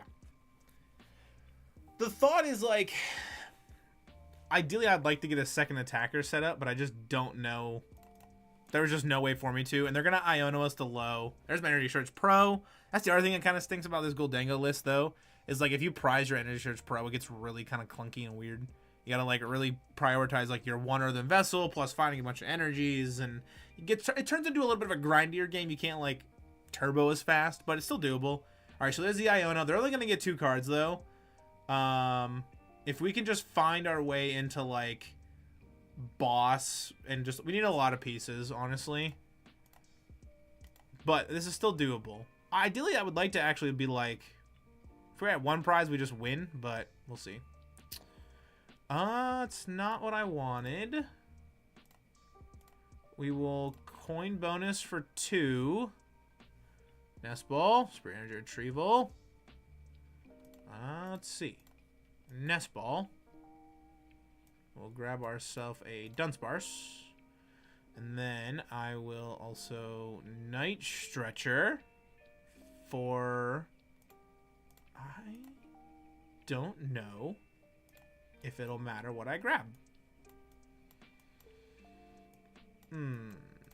I guess we'll grab a Gimmighoul.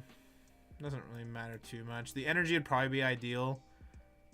But I still have Rescue Board too, so if this thing doesn't get knocked out, I can at least get another attacker kind of back into it. And we'll pass. I really don't want to take the knockout on this because I don't want to be in counter catcher range, and they know they Iono to themselves to low, and they don't have the draw engine we have. So the hope is that they can't get themselves into anything crazy. They're just like top decking. So we'll have to see. Nest Ball.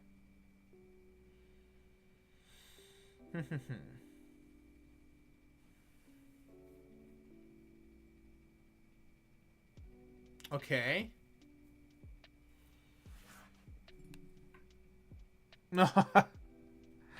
No shot, man. That's kind of crazy. He's gonna sob block me the rest of the game? And I already used Turo. No, I didn't use Turo. We have an out. We have an out. It's not great, but we got one. We'll coin bonus. Iono. Will Arven... Do I have it still? Okay, so Turo's still in here. So here's what we'll do.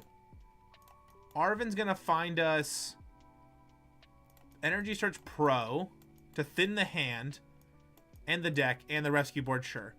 And then Energy Search Pro, we will grab as many energies as we can because we can also attack with this Cruel Arrow if we have to. So we'll attach and we'll pass. So they have a 2-turn clock, right? Because if not, then I just get to go Cruel Arrow for the fan rotom on the bench, and then Cruel Arrow again on like the Hoot or something, and then they can't do anything. So we'll see.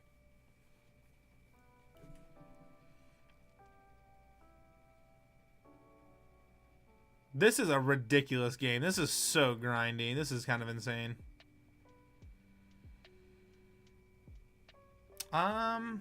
What do you grab? Like, do you have Pokegear in the deck? Because if you have Pokegear, then you just grab Pokegear. And then you try to find Crispin and try to, like, put a bunch of energies into play. But if you don't... Okay, so you Rod.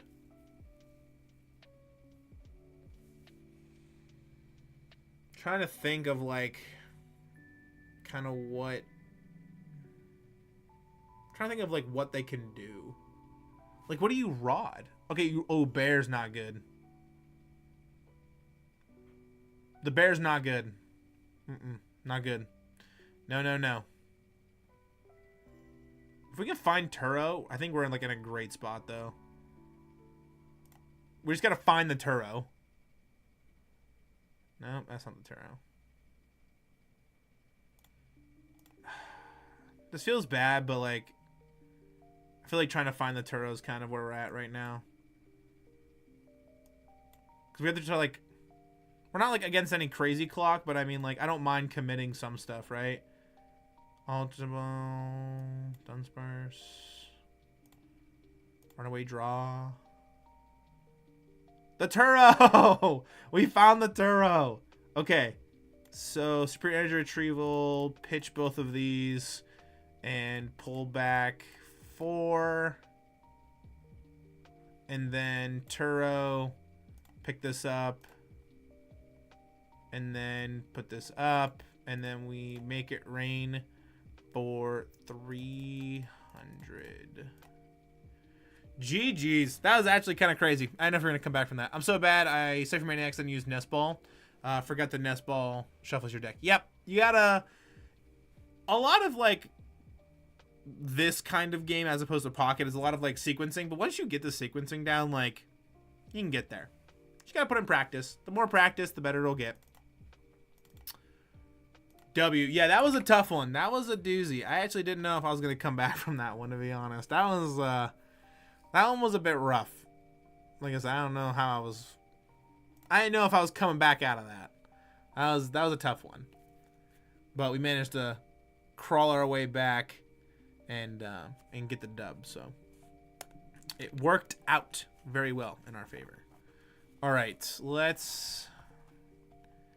I kind of want a game where I get to go second, but like going first just is so powerful.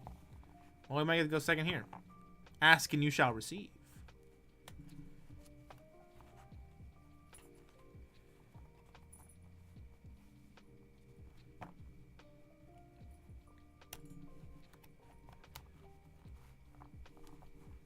Starting Fez is never great, but we have Rescue Board, so I mean, starting Fez with Rescue Board feels good. Being this is not a good matchup. This is a tough one. You just can't. Oh, what about hands?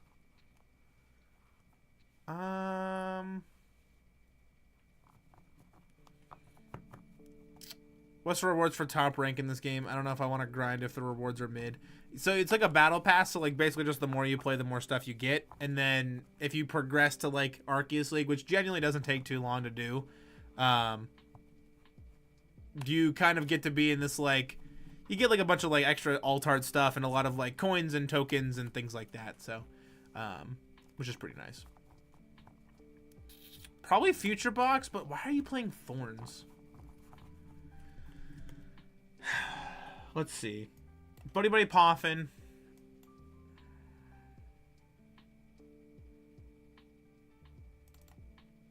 It literally has to be these.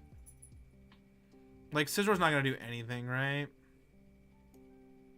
Arven. Earthen Vessel plus TM Evo. Earthen Vessel. We'll pitch the Night Stretcher. And we'll grab just 2 random energies. One of them has to be metal, though. And then we'll go attach plus Evo. And then we'll evolution into both of these. We won't get to draw any cards, which does feel kind of bad. So we could have grabbed Energy Search Pro instead. But,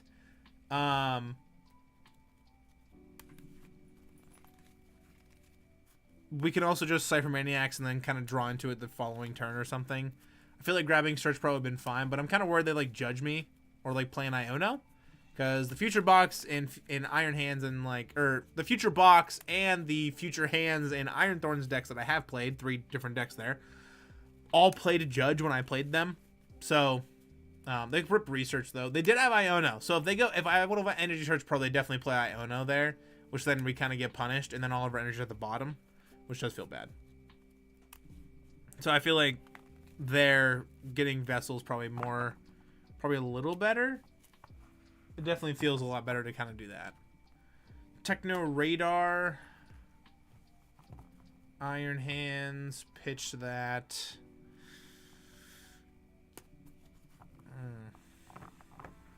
What do you grab? Like, do you play other things?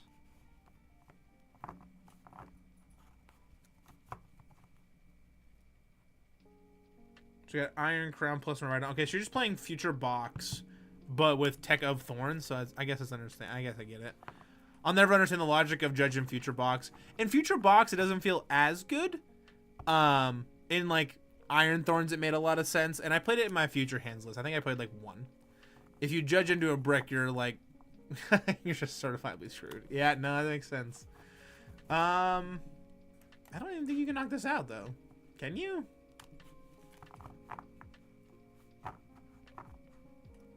See, this is where like I wish I still could play Cologne. I mean, I guess I still could play Cologne. I'm just choosing not to play Cologne because it's post rotation.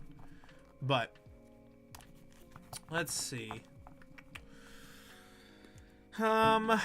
So we'll attach, and then we will just Ciphermaniac Codebreaking, and here's what I'm going to do. We're going to go and put Arven to the top.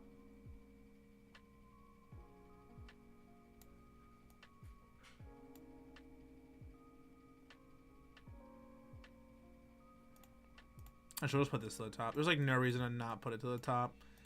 And I guess we'll put whatever beneath it. It doesn't really matter. I just gotta make sure Energy Search Pro's the top. Top. Perfect. Okay. I just wanna make sure it's the top card. Let me just do this. Pass. That's fine. Barely anyone runs Cologne this close to rotation unless it's at like a cup. Yeah, and that's exactly it. Like, I'm also like, this is like strictly post-rotation deck. Like, this is all I've been playing. It's just post-rotation stuff. I have no interest in playing anything that's like old rotation. Like, half the stuff's leaving. Except my opponent's deck is not, but just kind of interesting. It's like, oh, I could be playing Cologne because it's still in. I should be playing Cologne. But this will be something we'll have to deal with after rotation anyway. So, and also we should be fine because now we just have Pro. So we'll do that. We will grab all of the energies. And we'll be able to hit for 250, but first attach here. And I will we'll just wait to commit the rescue board actually. And 250, we'll take 2. So the Thorns is kind of tough. Definitely tough to deal with for Gholdengo. It's always been hard, even if you play Cologne. Like, it's still hard to go around. I've already seen a handful of people on ladder practicing with G-Block Curly instead of Refinement. Most people are just playtesting the future meta. Yeah, and that's exactly it. Like, that's all people are doing. That's all I'm doing. I just have no interest in, like, playing old cards that I can't play with anymore. The only thing I might do is I might do, like, one last, like, hurrah stream, you know, where I play, like, 10 games or something, and I play 5 with Lugia and then, like, 5 with Stall. Because those are, like, the 2 decks that I really liked a lot. Those are the 2 decks that I really played a lot. So that might be something that I do. Also, if we can just find ourselves into boss, we can pull up the Iron Hands and hopefully knock it out. That'd be kind of cool. But we'll have to see. Alright, so the Scizor. The Scizor is never good. It's only in here to deal with the Ogre Pawn. I can go Munkidori, though. Kind of cool. Kind of cool. Yeah, we'll put this down. We're out of Gimmighouls. We'll put the monkey down. And then coin bonus, we got to draw into some cards. That's a card we'll take. We'll take that card. It's a pretty good card. Coin bonus. Ooh, another Gholdengo plus Arven. I can't evolve that Gimmighoul because it was played this turn. But I'll go Arven. And I will go Rescue Board plus another Superior Energy Retrieval. And then I will go Superior Energy Retrieval, pitch the Scizor and the Counter Catcher. And we will pull back. We'll just grab 4 energies. It's probably fine. Because I haven't attached for turn either. So we'll attach that to the Munkidori. And then we'll Adrenal Brain. We will move 3 to this Iron Hand. So I have math. So I don't have to, like, commit an extra energy when I don't need to. Which will feel pretty good. Rip Blocklax, no other standard deck will ever feel sadistically as fun. No, I agree. I tried playing Wallstall and, like, Wallstall's fun, but it just doesn't, it's not the same. It's just not. It's not the same. I'll miss Blocklax. So I'll probably do like a goodbye F block stream and just kind of like, we'll just play like the cool F block cards. We'll just play like Stall, we'll play Lugia, we'll play like a game of Regidrogo, because why not? Lost Box, we'll play a game or 2 of that or something, and just do a stream of like goodbye F block cards and see you later. I think that'd be really fun. I think that'd be pretty cool. You know, play a deck like Palkia or something or whatever, right? Like Greninja, Radzard, all those things, and the goodbye F block stream is what we'll just call it. And that's what it'll be. The pre-rotation stream, or hello future rotation. I have to come up with a title, but we'll figure it out. You know, just sending off the old stuff would be good. All right, so is that an amp or arm press? I guess we'll find out. How's an amp? All right, so we'll do this.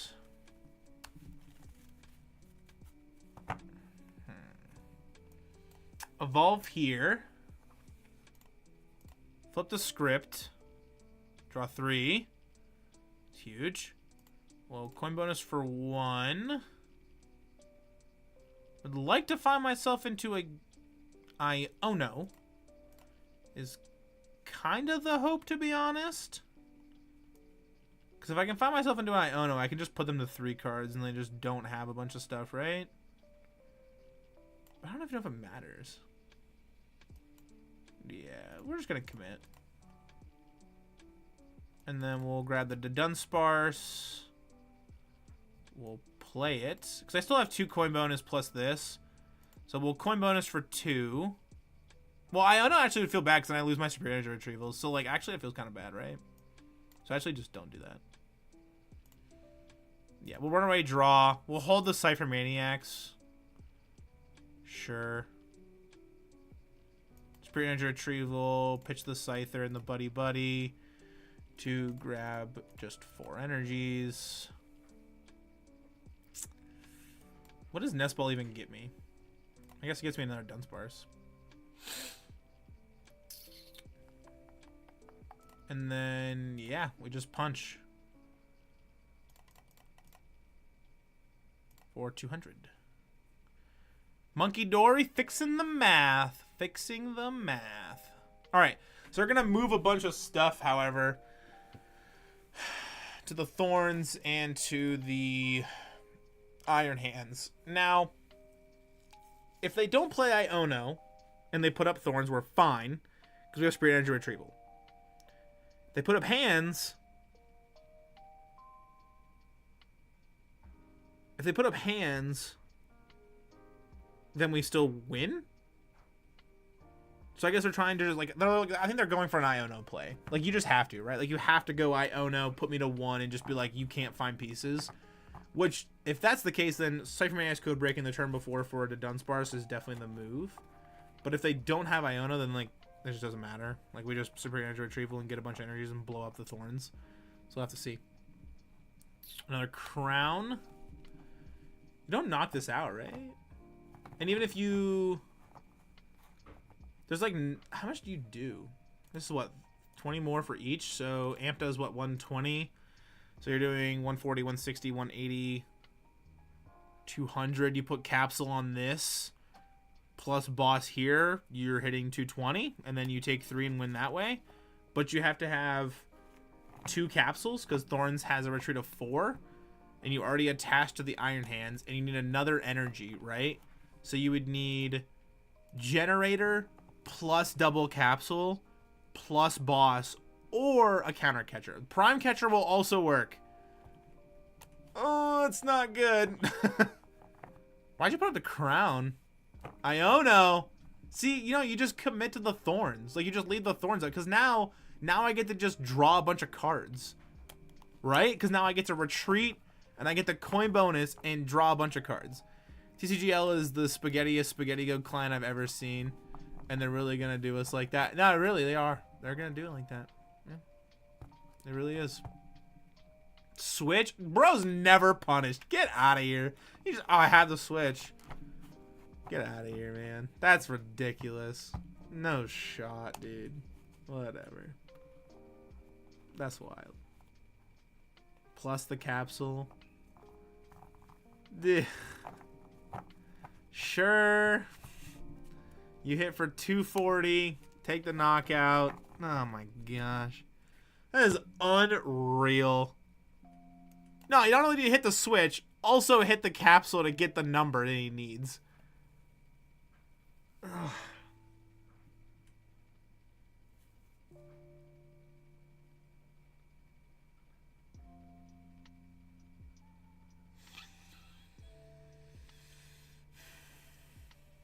Ciphermaniacs, I guess.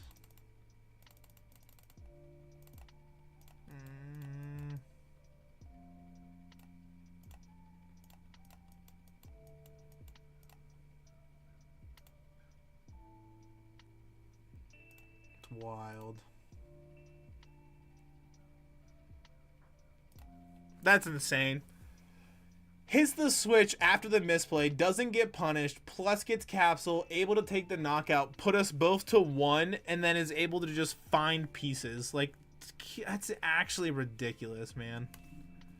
Plus Arven, plus the... Sure. Get out of here, man. Get out of here. Plus, you just have it like that, dude. You hit the perfect 260 because you find the capsule because you get the Arven off of the prizes or you top deck it. You had 1 Arven left. God, man, whatever. That's crazy. Oh, ain't nothing you can do about games like that. Ain't nothing you can do about it. Oh, man. Well, we made something out of nothing, I feel like. That was still a pretty solid game. Unfortunately for us, definitely was, definitely got a little unlucky, but it's fine, man. Yeah, man, that's, yeah, no shot. I agree. That's a little crazy. That's wild. Oh my gosh. I've played a lot of Pokemon, but I ain't never been done like that. That's pretty bad. I can't say that. The last stream I had, I played Raging Bolt. I don't know if you were here for this, actually, Hesher. I played Raging Bolt, and I had like 12 cards in deck, and I had 4 Sadas in the deck, and I played Pokegear and whiffed on Sada and couldn't find one on Pokegear. So I had 5 cards at the bottom of the deck after the Sada. So all 4 of my Sadas were in the bottom 5 cards of my deck. And I was like, well, that feels kind of bad. But hey, what can you do? What can you do?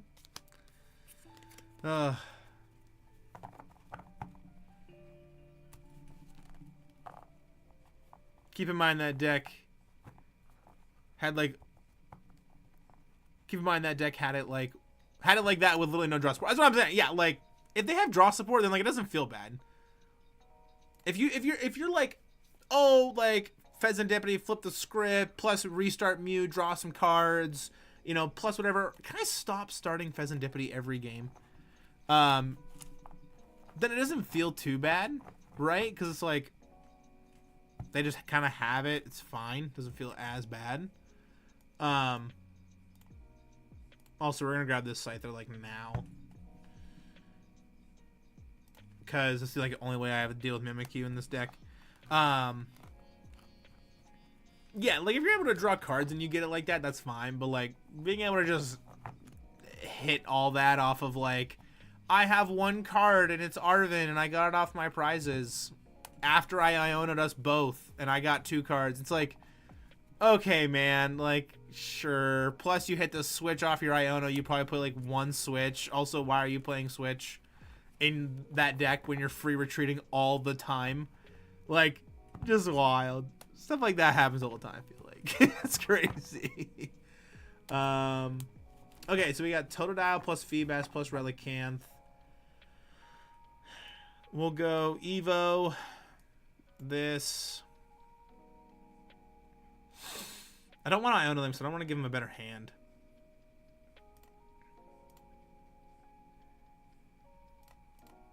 Kind of a slow start for us, too. This is a bit of a tough one. But I feel like grabbing the Scyther is probably the best bet. Because now I'm, like, able to deal with this Mimikyu. And I hit it for weakness, too, which is kind of nice. Because, like I said, this deck has no way to deal with Mimikyu, like, I guess at all. I guess you can attack with Munkidori if you really want to. But feels kind of bad when you do. This Feraligatr deck's also a pretty solid deck. The deck is very, like, if I'm ahead, I can really win the game. But if I'm behind, then, like, I'd rip the Iono, to be honest. Yeah, and, like, I think that's kind of where I could have done it. But I was like, what are the odds they just have it? I was like, those are so low. I'd gamble on them playing Arven. Yeah. Yep. So, it's a tough one. It's tough. All right, so they put 7 there. But we needed energy, and their hand's so bad. They have no hand. I don't want to give them more cards. And this just switches. Give me this.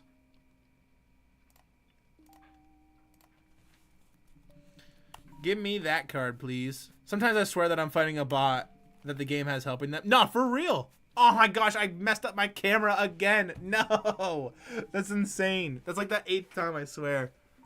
Let me see if I can fix it without having to, like, go all the way down there. Oh, beautiful. Look at that. Look at that fixed. Ease, peas, rice, and cheese. Ooh, Buddy-Buddy Poffin.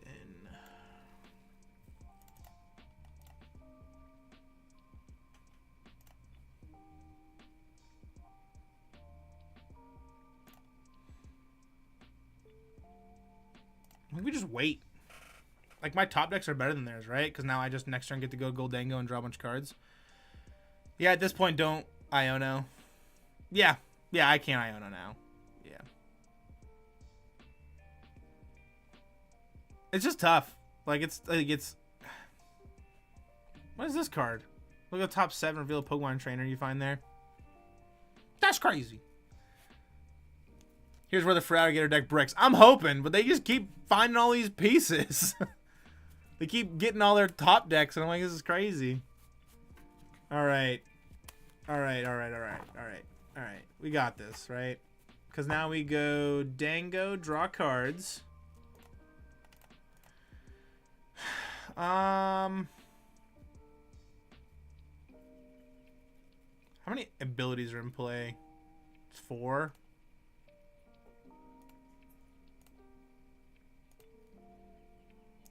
Commit to this feels a lot better. I just need to kind of get a little luck. Not the luck we need, though. Do I Iono? If I Iono, they get 6 cards. But I get to potentially knock out the Relicanth if I can get it. Oh, man. I'm just going to pass. F and Iono. I should have. I hold out this hope all the time, being like, they're just not going to find it. And then they find it like they just did again. Getting a second Drayton, being able to, like, oh, look, I found a trainer and a Pokemon. Look at me go. And it's like, oh, okay, cool. Well, I guess, okay, no, because I guess they get Drayton off of that. So you find another Crocodile. What'd you get off that Drayton, though? Of course, it's Tenacity. There's the energy. It's kind of huge, right? Coin bonus. We play at least 3 stretchers, though. Yeah, probably. I'm just hoping I didn't brick as bad as they did, but I bricked just as bad. But we're also in a position where, like, I get to KO the Relicanth. So, like, now you're just being able to giant wave. You can't really do anything else. And, like, I can deal with your Mimikyu now, too. And I'm actually KOing the Mimikyu because it's weak to metal, too. So...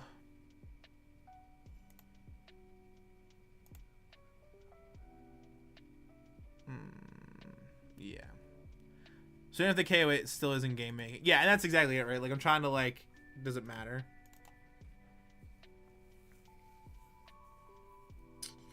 It's tough. Because like you course tenacity, but like you find reversal maybe? You're gonna get counter catcher out the KO, don't forget. Yeah, I'll probably get counter catcher, which like they can pull up the, if they pull up the Dango, it's fine. I'm not too worried about that. I'm more worried about them carrying the Fezandipiti, to be honest. But they're probably gonna go reverse thrust, unless you try to find like a second Relicanth, and then you go into the Mimikyu. Then if that's the case, then I just KO the Mimikyu and I take 2 prizes.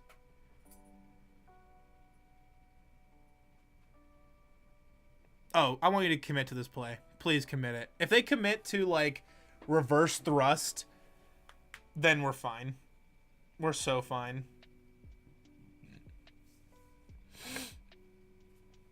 Because if they go reverse thrust into the Mimikyu, we just knock it out and take 2. Nope.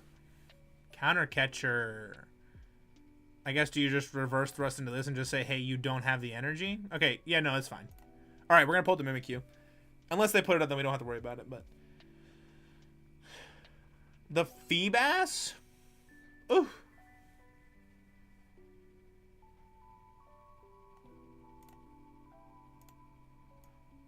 So the Fez gets knocked out, which is fine. Because we're behind on prizes, though. So, like, counter catcher plus Iono? Question mark?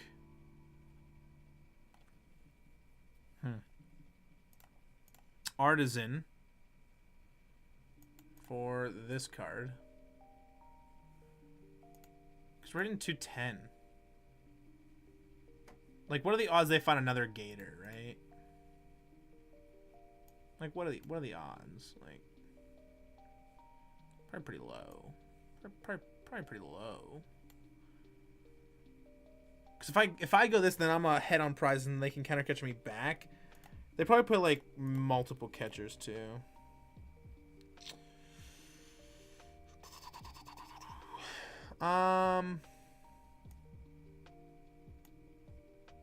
Catcher.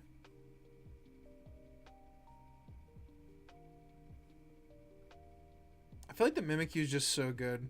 And then just like Iono and be like, you don't have counter catcher.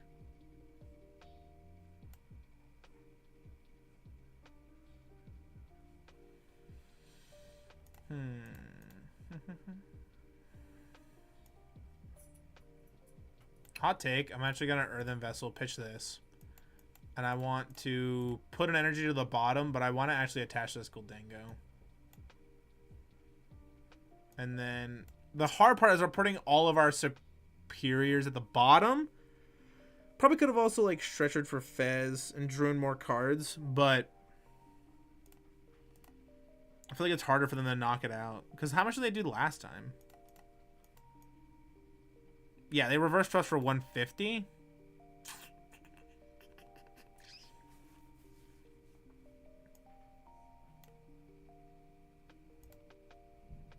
Yeah.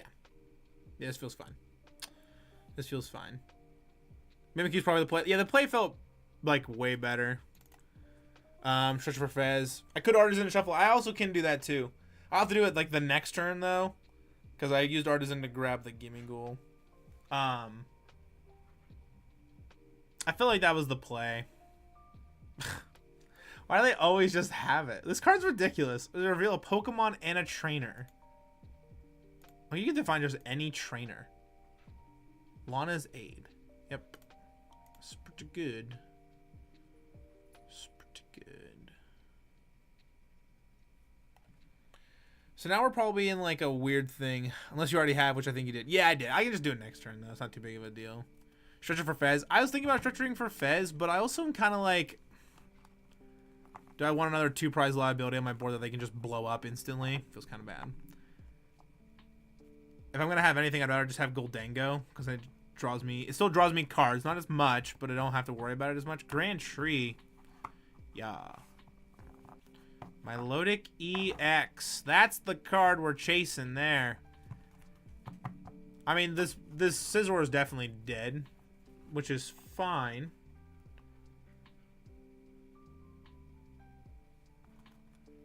Reverse Thrust, 150. Push into that. Into the Mimikyu. So we have to move around this Mimikyu, though. I love when the TCG gods give you the opponent plot armor. Yeah. Yeah. Feels kind of bad sometimes like that, too. All right, put this up.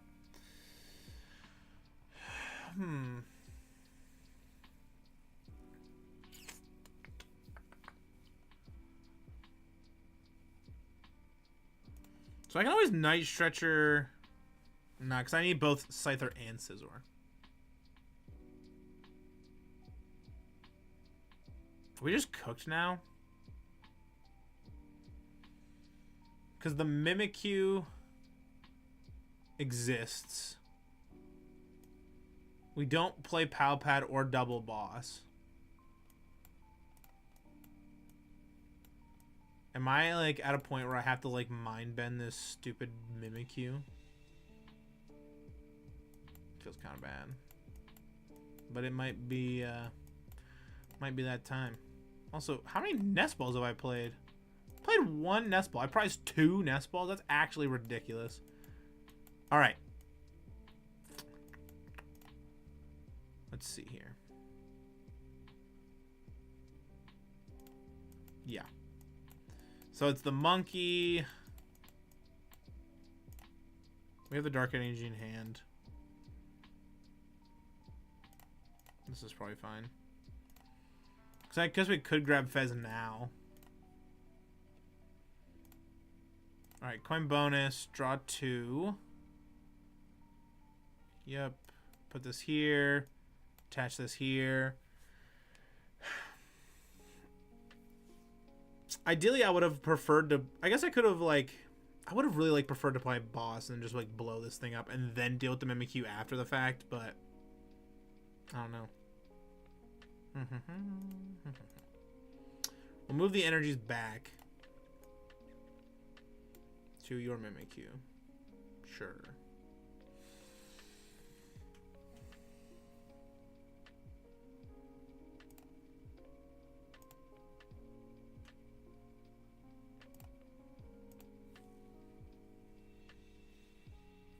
Evolve that there.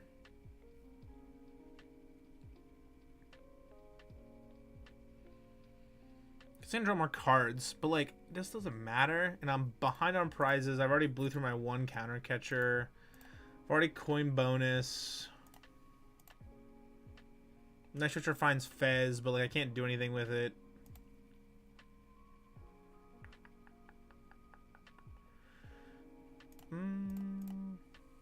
Yeah, pass. This is a tough spot. I think I have to like mind bend the monkey or the Mimikyu to be able to deal with it. And if I can find boss plus the Milotic, I think we just lose. Yeah, this makes sense putting that there, I guess.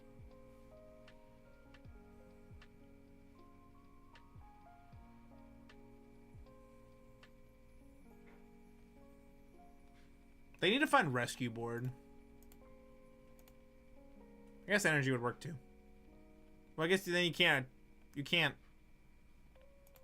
whatever giant wave for 280. Lana's Aid. Yes. We might be fine. If we can find into boss, pull up the Milotic. We have a lot we can do. We have a lot. There's a lot. Hold up. First things first. Adrenabrain. Oh, not this one. This one. There we go. Move this there. Well, Grand Tree onto my Gimmighoul. Thanks for putting the Grand Tree out there. Appreciate that. Put that there. And then Psychic Energy's in the deck somewhere. Well, coin bonus for 1. Find Turo. Not quite what we want, though. Well, coin bonus for 2. Arven plus the Dunsparce, sure.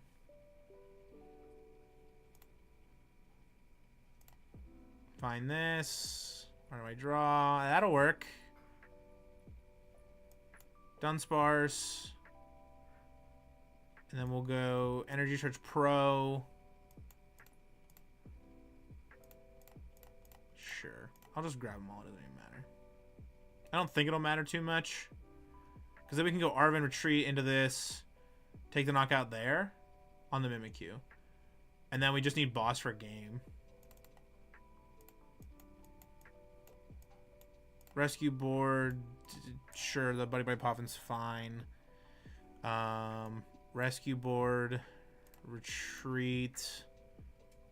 Into this. Plus attach here. And then Mind Bend for 60. Punch. Take a prize. Alright. If we get Iono, that'll feel pretty bad. But we have a lot of draw support. We have the Dudunsparce in hand. We can still Grand Tree into it. Plus we have double coin bonus. We should be okay. We'll just have to kind of see what kind of happens. But we really are trying to find boss to blow up that Milotic. That's like the goal.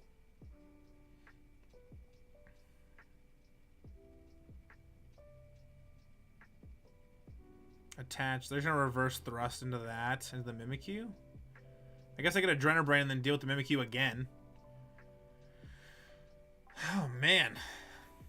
This is a game. I can like feel myself being nervous. Torrential Heart, deal with that.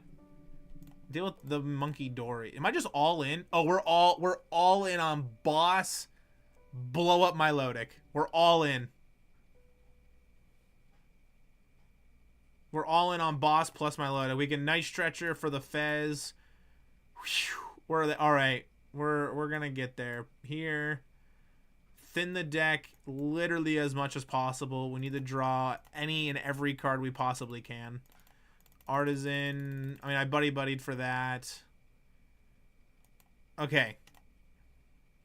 Because I can't Ciphermaniacs, right? So, like, that's not an option. So, we'll Ultra Ball. We'll pitch double Arven to find the Dunsparce. We'll attach. We'll Night Stretcher for the Fez. Bench the Fez. Coin bonus. We'll Ultra Ball. Pitch both of these. Thin the deck. We will flip the script. Oh, come on. Come on, man. Don't. Please. One time. Come on. It's fine. We're going to get it because we'll just run away, draw the rest of our deck, shuffle it back in. We find the boss. Boss's orders. Pull the Milotic up. Make it rain. For 300. Oh, that game was rough. Purple and Fox, how's the new deck performing? It's performing quite well. This matchup is probably one of the harder matchups, but I was able to navigate it, pull it back, and win. And it was very intense. I needed a card, and I had to literally draw like 10 cards to be able to finally find it, and had to piece together a lot of very meticulous strategy throughout the whole game. But we got there. That was crazy. Literally the last card, Lamau. Yeah, like, that was insane. Oh, that feels good. Expertly played, mate. Thank you. Thank you. That one felt good. That game I felt like I was pretty on top of what I wanted to be doing. That one felt good. Oh, that was a tough one. That was tough. That matchup's a hard matchup. Like the Scizor is great, but if they deal with it really quickly, then like I don't have a lot to come back with, so I have to like attack with Munkidori, and like trying to get around the Mimikyu is just a pain. That's crazy. Do I want to go first? Yes. I would like to go first. Can we have a game where I don't start Fezandipiti EX though? One time.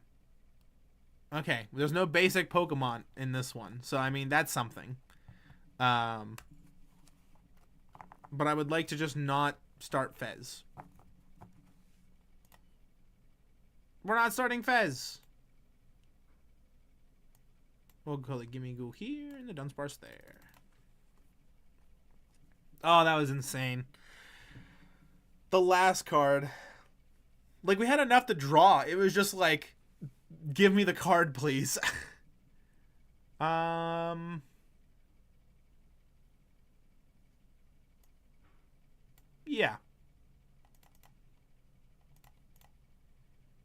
Ultra Ball and find this card.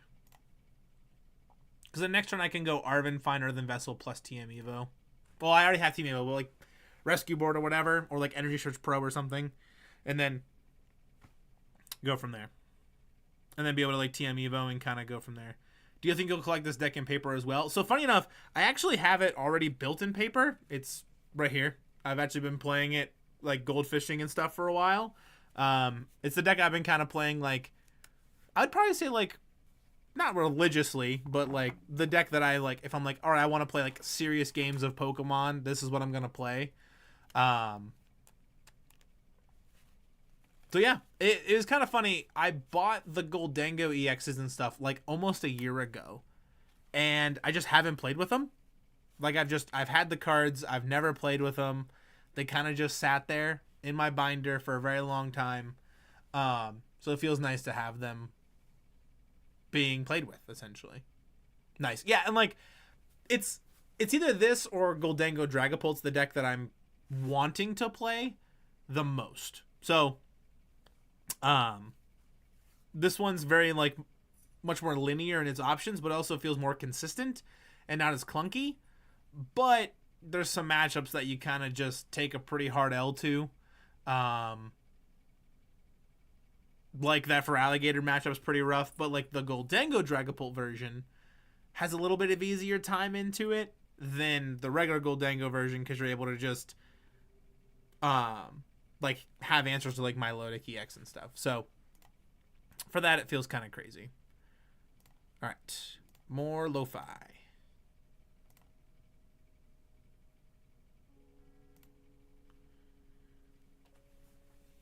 I don't really know.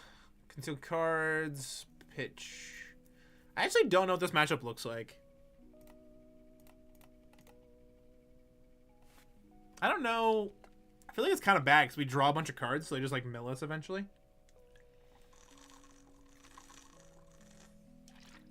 Which then feels pretty bad. So we'll have to see. Evo into Pidgeotto Zwellos. There's the pro.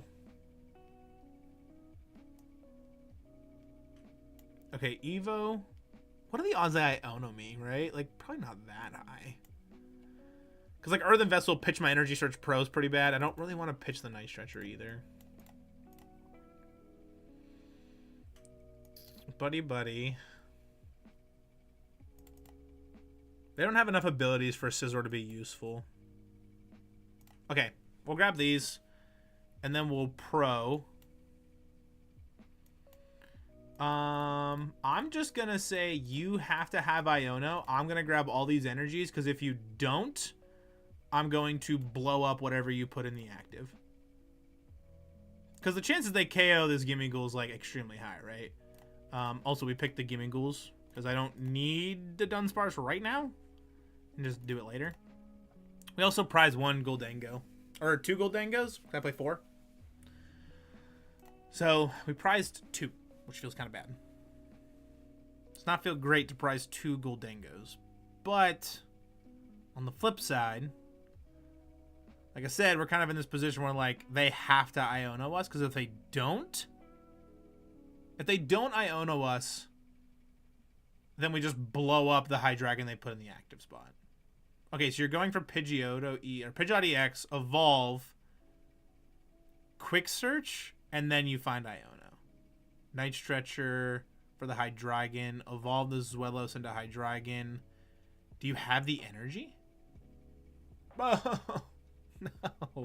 The Iono. It feels so bad. Okay. Well, this game gets extremely difficult now, I think. I feel like I had to pro. I feel like even if I pro for only half the energies, it doesn't matter. I feel like the game's still winnable. Quick search, find the energy. You crushing headbutt for 200, mill 3. Honestly, though, if they, like, mill a bunch of energies, that's kind of fine. Because then I just, like, superior energy retrieval them back. Like, I just get them back. And I feel like that feels okay. I don't know. The dark patch was kind of crazy, though. I was not expecting to see a dark patch in here. Like, any Hydreigon list I've ever seen, I don't see dark patch. The Rotom? Those are free. That's free prize cards. For a Seal Stone. Yeah. Yep.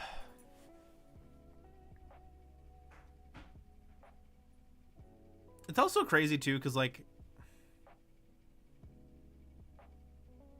the amount of people that are still using older cards with rotation coming up is a lot higher than I thought it would be. I thought people would just be like, psh, whatever, start testing for new stuff. But people are still, like, avidly playing with the old cards. Because, I mean, it is better, right? Like, still is better to do. I'm surprised you didn't blow up that, though. But I guess, like, you're not really in a position where you have to. So, like, doesn't matter. If I can just draw into a Gholdengo, is that better? That's the boss. I don't feel too bad. Nest Ball.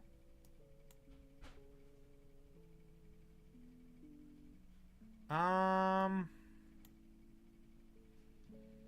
Munkidori does nothing here. I actually just failed to find this. I'm just going to put the Dunsparce here because I'm going to probably runaway draw this one. But I need the Ciphermaniacs first. We'll put... Oh my gosh, I can't, right? Yeah, because I have no other Gholdengos. I forgot. Alright, we'll put these at the top. And then we'll runaway draw.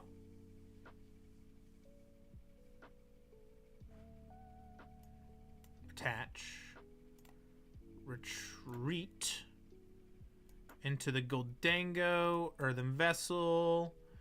Pitch this Gimmighoul. To find metal plus fighting. And then we'll go here. We got a little greedy, I think, though. I think that was a little greedy on our end to, like hold out that long for something. I think that was pretty greedy. But I think it's fine. I don't think it's too big of a deal. I don't think it's going to make that big of a difference. So we'll have to see.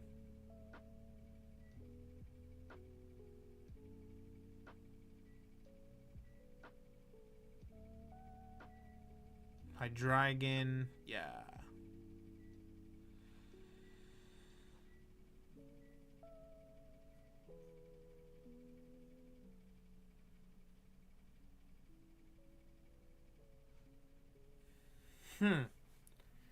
Something else too that I think is kind of interesting is like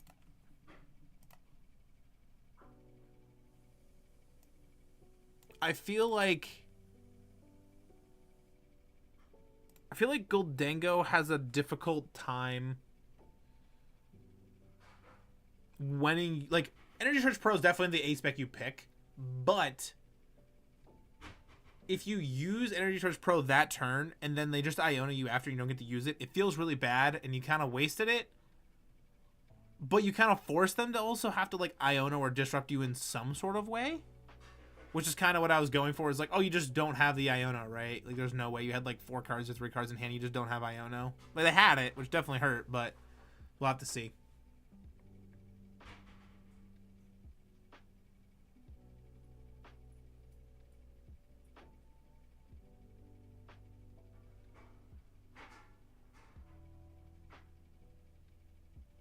Okay, so Luminion. And then you just Luminous Sign... Arven, yeah.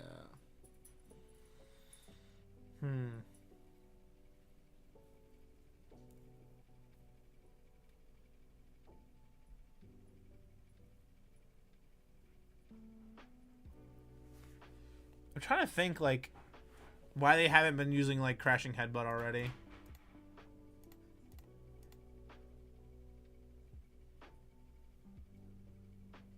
Counter Catcher. Pull up that Gholdengo. Yep. Neo Upper plus Counter Gain. Obsidian coming in hot. That's not good. They're gonna knock out all three of these, right? No. Okay, so it's 130 the active, and then they just pick these two. Pick that. I'd have taken these. I guess you don't want to be behind on prizes. That's probably actually smart, right?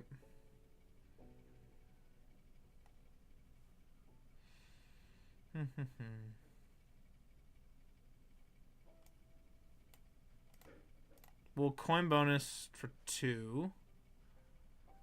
Okay, get the Fez. Flip the script. Plus the Dunsparce. We're going to be able to knock this out, I think, this turn, right? Buddy-Buddy Poffin. Grab the Dunsparce. And then...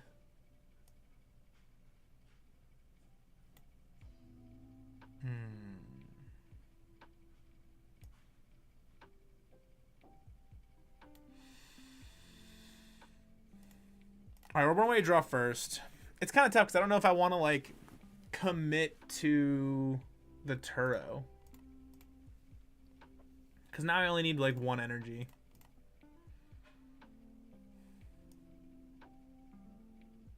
We can also Ultra Ball, too, to find another... To find the other, like... The Dunsparce, too. Alright, coin bonus... No. Ultra Ball will pitch Nest Ball plus Buddy. For the other Dudunsparce. Evolve. We also haven't... We already flipped the script, didn't we? I think we did. Oh my gosh. We can't get the pieces. This is not good. I literally thought we could draw an energy out of all those cards. That's kind of insane that we didn't get it.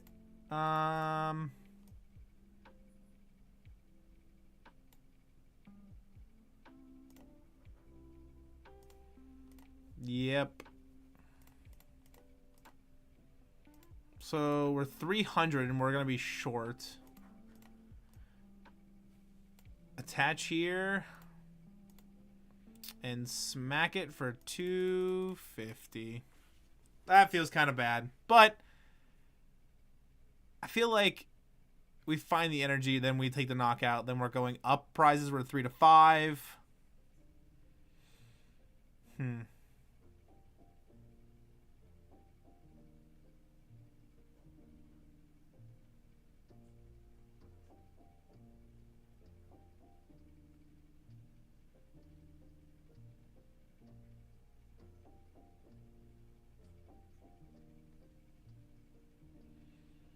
Dark Patch to the Hydreigon. So you can't Obsidian this turn, though, because you're an energy short. So you just Crashing Headbutt, take 2, mill 3. See, now Scizor feels kind of good, though, right? Because now, like, I just take the knockout on the Hydreigon. We're forcing them to kind of trade, like, we're forcing them, like, have to trade off kind of in a weird way.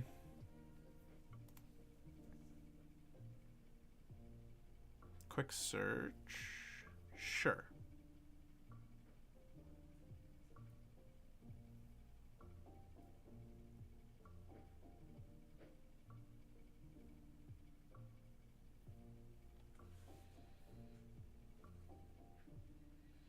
Ultra Ball pitch.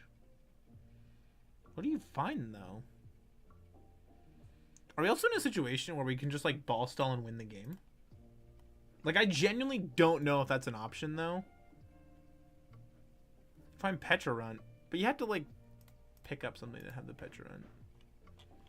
So if we go to Ball Stall and they can get into Petra Run, then we're kind of in a tough spot. But if they can't get into the Petra Run, then that's an out we have.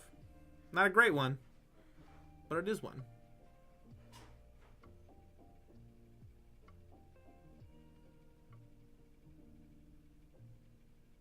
Iono.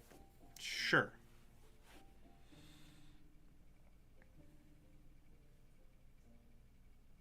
Not a great hand by any means. Crashing Headbutt.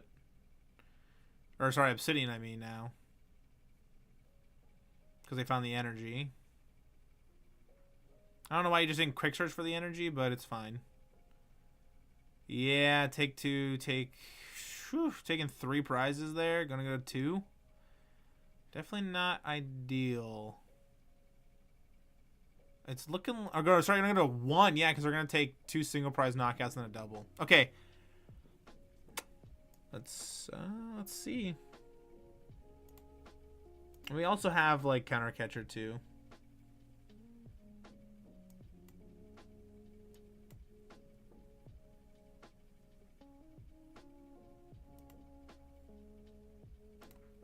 I want to put up Fezandipiti because they can't Crashing Headbutt and win that way.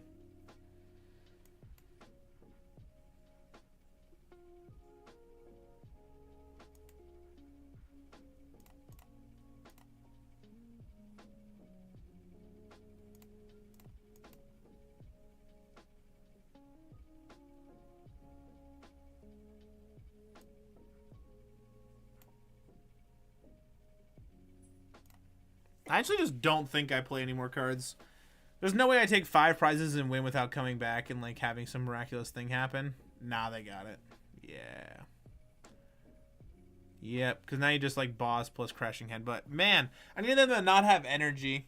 That was a tough one. That feels like a tough matchup. We also had a pretty clunky start though. So, I feel like that's something that's kind of considered there. But, definitely a tough, I feel like that's a pretty tough matchup. It felt pretty rough. I also like, I feel like I've also barely played against any sort of high dragon deck. So, kind of is what it is. It's kind of crazy too, like, we started off higher than what we're at now, which is not great. Definitely not great. But I still am feeling this deck, and I think once rotation kind of hits, we'll be in a pretty solid spot. But I'm going to take a quick break, get up, stretch my legs, and feed my dog and such. So I will be right back. I'm going to grab Belly Bolt and put him on the chair. So that's the plan.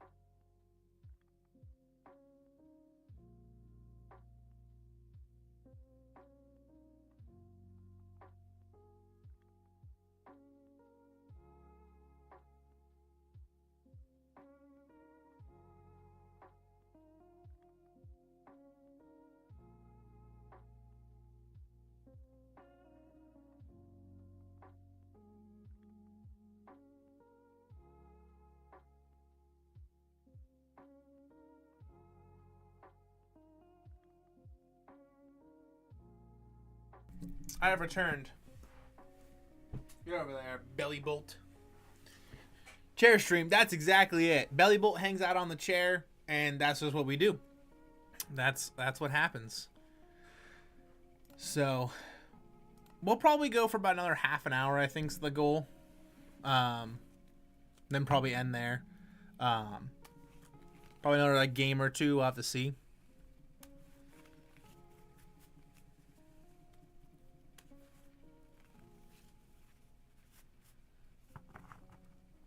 This deck is really fun, though. I do enjoy it a lot. And I could see myself, like, this being the deck that I play post-rotation. I don't know, though. I really want to try Danglepult more. So maybe that'll be something I try kind of, like, maybe the next stream I try, like, Gholdengo Dragapult. And I know some people here don't like Gholdengo Dragapult that much. They're not the biggest fans of them. Not only on Twitch, but also here on YouTube too. Both on both sides, I've heard people are not the biggest fan of Gholdengo Dragapult. But it seems like a solid deck. Get to look at like 15 cards in a turn, which is pretty crazy. With very little effort too. Like very little effort to look at that many cards.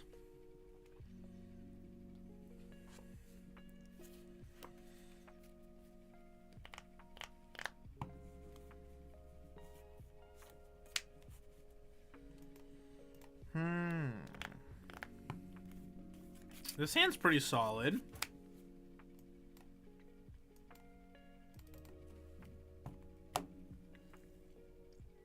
Yeah, I like this hand. This hand's good. We have two Buddy-Buddy Poffins. The only thing that makes this hand better is if we just like... If we're going second, if we top deck like Arven, we're in the clear.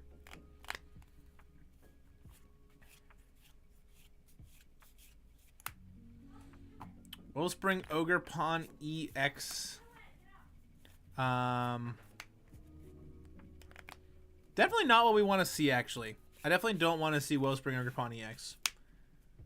We had a game earlier where they were playing Wellspring Ogerpon EX with like Flareon and like the evolutions and stuff, and it was doable. Accompanying Flute plus Switch. Oh, they're playing Pidgeot Control. Well, time to learn how this matchup works, I guess. I think you just chase the Pidgeys, right? Like, is that the goal? You just chase the Pidgey. There's the TM Evo. We'll go Buddy-Buddy.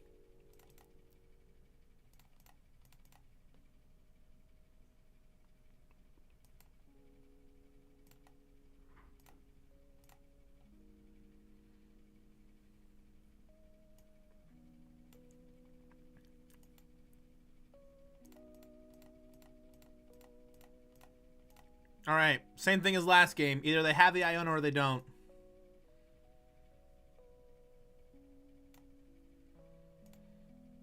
Evolution. Pick both these. Get a Gholdengo. Get another Gholdengo. Pass to our opponent.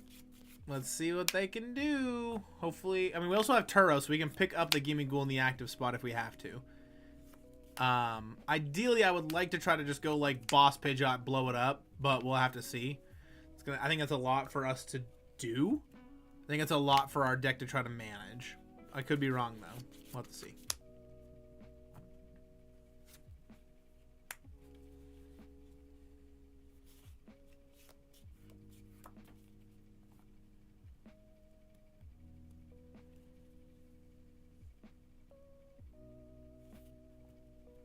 Like, ideally, we just draw into, like, Gholdengo and then can find our way into, like, Boss's orders and then just blow up the Pidgeot. Because that just, like, stops their whole deck. But I don't know if that's realistic or something we can even actually do. I feel like it probably isn't. Quick search. Double turbo. Yep. So, Sob for 0. DT makes it do 0 less. Or makes it do 20 less, so it's going to hit for 0. There's the metal.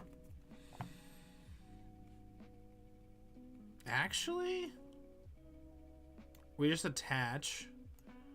Attach here. Oh, we can't retreat. Forgot. I don't want a Turo, though. Turo feels so bad. I guess I deal with the Ogerpon, and then they just have, like, Pidgeot to have to figure out, right? Okay, this... We'll commit. We'll see if we can find, like, the pieces that we need, but we might not be able to. We're definitely gonna be able to blow up this, so I don't mind getting rid of these. Because we find ourselves into another Gholdengo. So we're definitely gonna KO the Ogre Pawn this turn. But if we, like I said, if we find boss, we're definitely in a better spot, I think. Nest Ball for a Dunsparce. And then we coin bonus for 2. Perfect. Boss's orders. We love to see that. I don't know if that's GG's, but it definitely makes it a lot harder for them to, like, do a whole lot of anything. This is another matchup that I've never played. Like, I've never played Gholdengo into Pidgeot control. But we'll see. They're probably going to Nest Ball for another Pidgey. They're going to chase the Pidgeot again, probably. Which, if that's the case, that's fine. Because then next turn we just go, like, Ciphermaniac, Codebreaking, like, Superior Energy Retrieval, plus a bunch of other stuff, and then kind of go from there. Is there a type of music you enjoy grinding the ladder with? I find drum and bass music helps me focus. I usually don't listen to music when I'm playing games. If I do, it's usually just, like, lo-fi beat stuff, or, sometimes, like, kind of more drum and bass if it's, like, you know, kind of more chill. It all really depends. Also, we found our other Gholdengo. So I'm sure our opponent just loves that. Okay, coin bonus. Draw. Coin bonus. Draw. We'll Ultra Ball. Pitch both these Nest Balls. Feels fine. Grab the Dudunsparce. I think another type of music I actually like to listen to is just like ambient noise, like stuff from video games. Like I'll listen to like World of Warcraft soundtracks where it's just like you know, forest noises and stuff like that. I'll listen to that stuff sometimes too. We'll coin bonus again. Draw a card.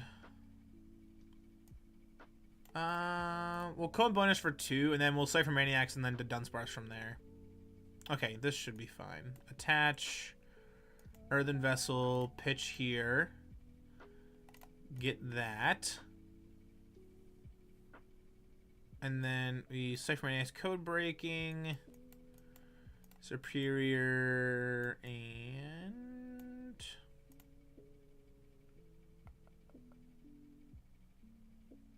can that actually get me enough? Yeah, should be, right? Because then we're going to run away, draw, and get an extra card. And that feels pretty big. 2 Superiors is not what I was hoping for, though. So, Superior, pitch. We find 4. Which is enough. We'll Night Stretcher for a different energy, though, because I want to be able to attach this metal energy to this Gholdengo next turn. So make it rain for 250. Take 2 more prizes. No more sob blocking. And we are pretty far ahead in this game. I recently found a video that's classic Wowtron Sec Lo-Fi, and it's amazing. I'll have to check that out. That definitely sounds like right up my alley. Like a lot of like World of Warcraft type stuff. Being like the game I've played primarily for so long. I'm just Silene double tails. Oh, sorry my opponent. That does not feel good. Radiant Serena pass. They're really committing to this game. I mean, there might be something they can do. Like I could be wrong, but I mean, I just don't. I feel like there's not a lot they got going on, right? Coin bonus, draw. Draw. We're never playing this Iono, like, ever. So, probably just pitching it, honestly, is kind of fine.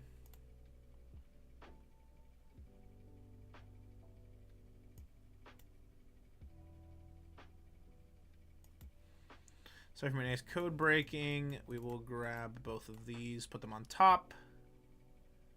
Use Runaway Draw. And then Spirit Energy Retrieval, pitch. We'll pitch double Arven. We'll keep the Iono. It's probably not like a huge deal if we get rid of it or not, but like, I think keeping it for now is probably fine. Test Metal Energy here. They might be able to just like grind us out of this game, but I don't think so.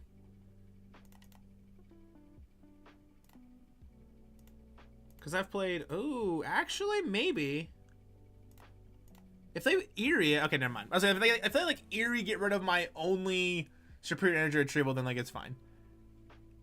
You're making it hard to not want to get back into Pokemon. I would definitely wait till rotation, or if you do get it back into Pokemon, I would build stuff that's like rotation-y proof, you know, if you kind of wanted to play standard. But I'm glad to hear it. It's definitely been... I've definitely been enjoying my time playing Pokemon, especially as of more lately. Really just being able to find enjoyment in playing like different decks, or just playing like more post-rotation stuff. You can only play so much old stuff before it's like, I'm kind of over it. So it's been really nice to be able to just like play post-rotation decks. That's been something I've really been enjoying a lot. And I've come to enjoy most times. So, all right, this will be probably the last game because that'll put me right about 3-ish hour stream, which was kind of what I was going for. Did start streaming a little later and have plans in the evening as well. So wanted to, you know, at least stream. I'm trying to stream like once a week. Is kind of like I'm like, okay, you have to do it. But I've been working on a lot of like videos, and been putting a lot of time into like different other projects for YouTube stuff. We'll go first. I still think the craziest game today has to go to that Feraligatr game. That was actually kind of insane. Worst game's got to go to the Future Box game because our opponent just had every card they needed at like the very last second, which was kind of crazy. Also, Damage Pump? What are you playing, like Hisuian Zoroark V-Star or something? Can't think of like any other deck that you would need that card for. Yeah. Okay, so they're probably playing Hisuian Zoroark V-Star with like the Dodrio package, which is a pretty solid deck. So I'm glad I went first. So we'll Nest Ball, we'll grab all of this. Or sorry, Buddy-Buddy Poffin, grab those. And then I'm actually going to attach this here because eventually I will need it, I think. We'll grab this Gimmighoul and we'll pass. So the reason I actually attached it there is because if it is the deck I think that it is, this deck has so many abilities on their side, it's kind of crazy. The Dodrio has an ability, the Gengar they play has an ability, the Fanrodon they play has an ability, the Zoroark V-Star has an ability that they're going to play if it's that deck. If they're playing the Noctowl, it's also got ability, so we'll definitely have to see. They're going to go Dodrio here. If I Iono them, all of those Dodrios go to the bottom, which feel pretty crazy. So, that might be a play. I think it is. Put them all to the bottom. You wasted your fan call, and I Ionoed you so you don't have any of them. Plus, I had the Dunsparce, so I get to draw some more cards. If I can find my way into like a Gholdengo, that's pretty big because our Scyther has free retreat. Oh, that's not a great hand. It's pretty bad. But we'll attach here. And we'll retreat into this. And we'll pass. Okay, so that Iono did not give us any love, actually. But I feel pretty solid about the choice still. Putting all the Dodrios at the bottom feels good. Capturing Aroma.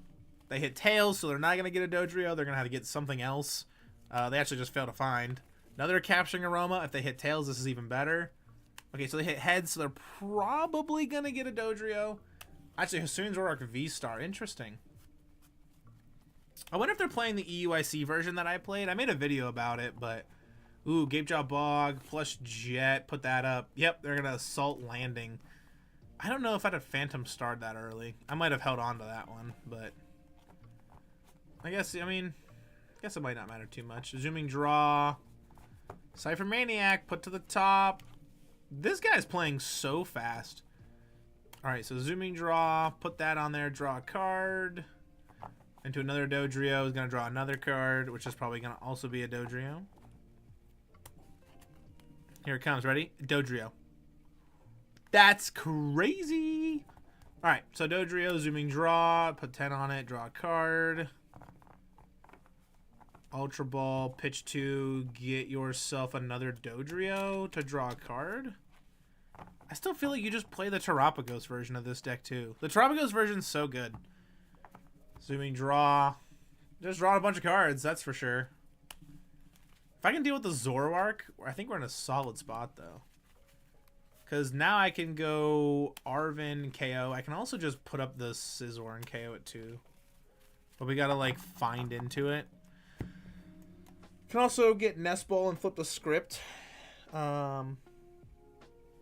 don't need that energy. That's for sure. Okay, so Arven, we don't need any more energy. So Energy Search Pros, whatever.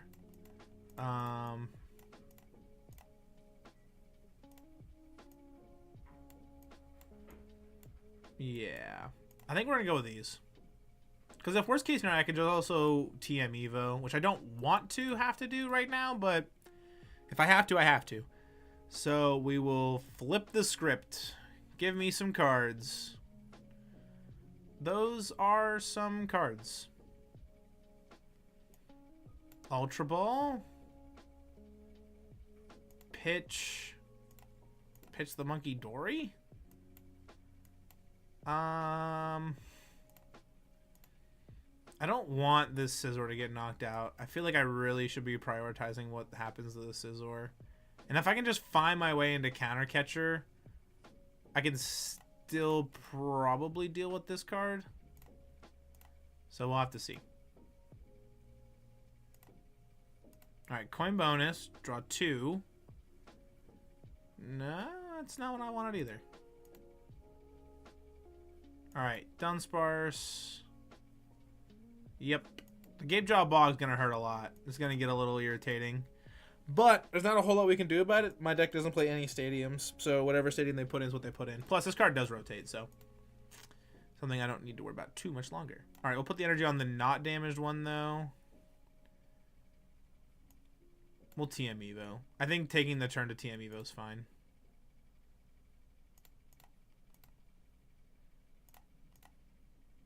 I will say, I do feel kind of bad. This whole deck just, like, mostly rotates. I guess, like, the zooming draw engine stays, but the Zoroark V-Star does leave. And that's another deck that I thought was super fun. So, all right, but we got access to Scizor plus the Gholdengo. Was really hoping to find some pieces there, but not too big of a deal. They're going to zooming draw and literally draw 4 cards. Probably trying to find into damage pump so they can blow up this Gholdengo is definitely their play, I think. So we'll have to see. We shall see.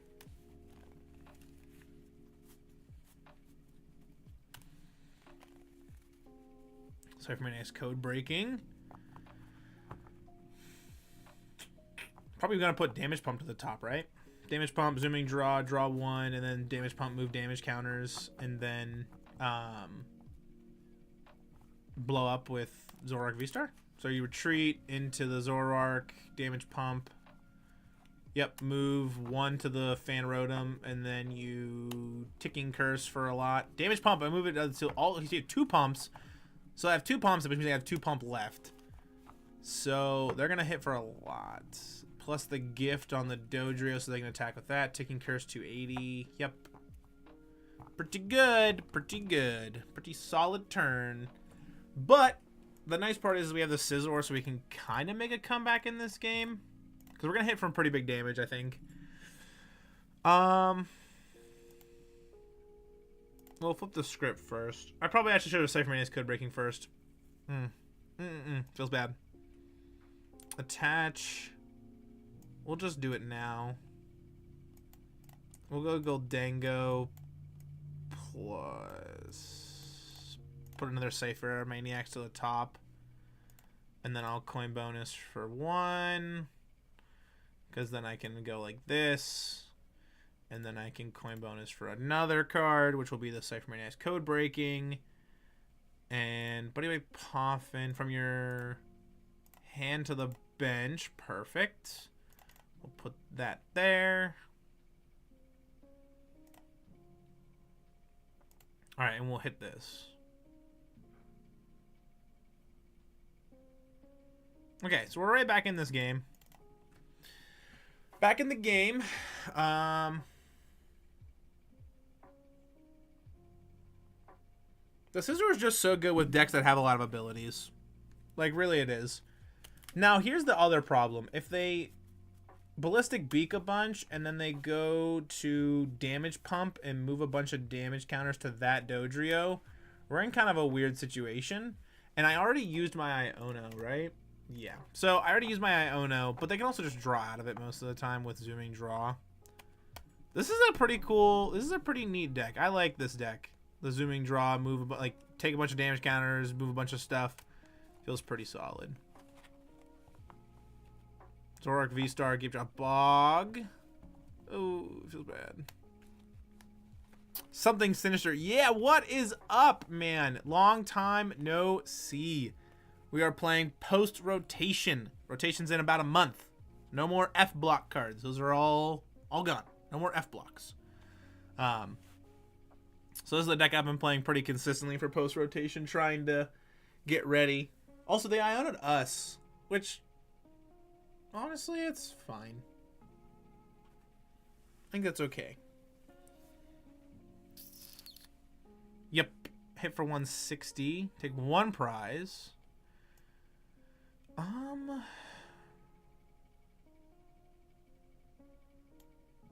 If I can boss KO this, we're in a really good spot, though.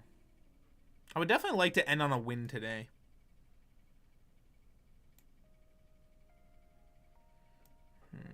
So we're hitting for 160 with this. How many pumps have you used? 3? Let's see. Coin bonus for 1. I heard there's a Pokemon card epidemic at the moment. There is definitely a lack of a lot of Pokemon stuff right now. Pokemon's in a weird spot. A lot of people are pretty upset with Pokemon Company. They're just doing a lot of things that people aren't agreeing with, and they're not printing enough like prismatic evolutions and stuff. People are getting pretty upset about that. We just need to find Superior Energy Retrieval, and I think we're fine. Put it on the damaged one. Coin bonus. Superior Energy Retrieval. We're drawing all the energies, though. Runaway draw. We need the Superior Energy Retrieval. Nope. Well, we might still get it. Hold up. We might have it. Just maybe. Come on. I guess Counter Catcher would work. We also drew into all the energies, so it's probably fine. Yeah. Counter Catcher this. Arven. I didn't even use my A spec and I have no energies in the deck. That's kind of crazy. Yeah. This feels... Yeah. This is good. Oh, wait. I don't need that many. I only need 200. Perfect. They need to get it together. I can find cards hardly anywhere. What am I supposed to spend my money on? I feel that. I really do. I've been buying a lot of like singles lately. Just like pieces that I want. Or things that I'm like, yes, I want this card. Or I want this for a deck. So I just like go buy the single itself. Just they don't get the fun of like ripping the packs. I am worried that they might be able to take a knockout this turn though. If they can like zooming draw a bunch and then hit into their damage pump, they can move 2 to this. 30 for each damage counter. So I guess 8 times 3 is 240 plus 10. You're only hitting 270, right? And you have 1 pump. Are we actually fine? I guess if you find another energy, then they win, right? And where's my rescue board? Okay. I don't know if it's prized. If my rescue board's prized, then I'm in a lot of trouble. Get the Manaphy on the bench. I don't know why you benched the Manaphy. Iono. Uh-oh. That's not good. To my double superior energy retrieval that I don't need right now. All right, Ballistic Beak for 190. If they find into an energy, they win. So I need to get out of this. This Gholdengo. Bench this. I don't mind that. Coin bonus for 1. Coin bonus for 2. No, I needed this sooner.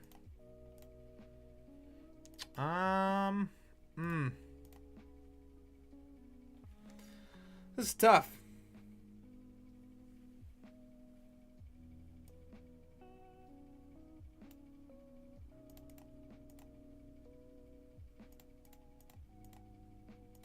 I guess I just hope you don't find into the energies.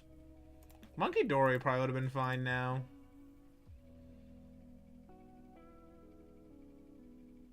Oh wait, I'm an absolute goober. Just attach and retreat, and then go into this. Ciphermaniac Codebreaking. Put both of these on top, I guess. We'll put this on top. And we'll go like this. This, and then this. Okay.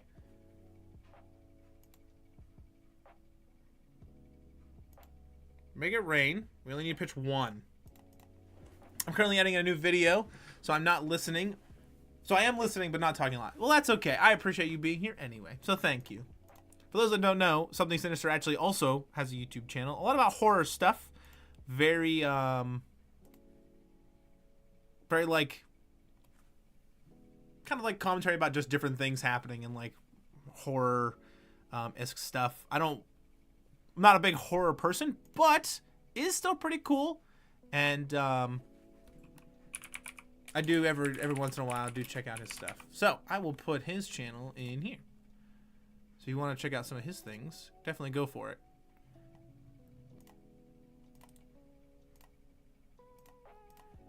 Like I said, very good at like commentating over what's happening. And I don't know, man. You should just be a talk show host. Like, you just have the voice for it. You just do. Oh, the maximum belt plus ballistic beak. I thought we had it, but they were able to find into it. That's crazy they had the maximum belt, though. That's kind of insane. Oh, that feels so bad. Oh, that feels awful. I know I said it was the last one, but I want to play one game because after seeing that deck, it really makes me want to play the EUIC version that I saw. Did I get rid of it already? I think I deleted it. No. That's not good. That's all right. We'll play one game with Cerule Edge, and then I'm going to end the stream. Been going pretty strong, about 3 hours. But yeah. This is another deck that I genuinely thought about playing more, like more in post rotation. I think it's really good. I think this is the old version. Like this is the one that's not rotating right now. There's like older cards in it, like Radiant Greninja and stuff like that. But still pretty solid. Even post rotation is still pretty good. We want to go second. I'm gonna see if I can get Turbo Hands and blow up.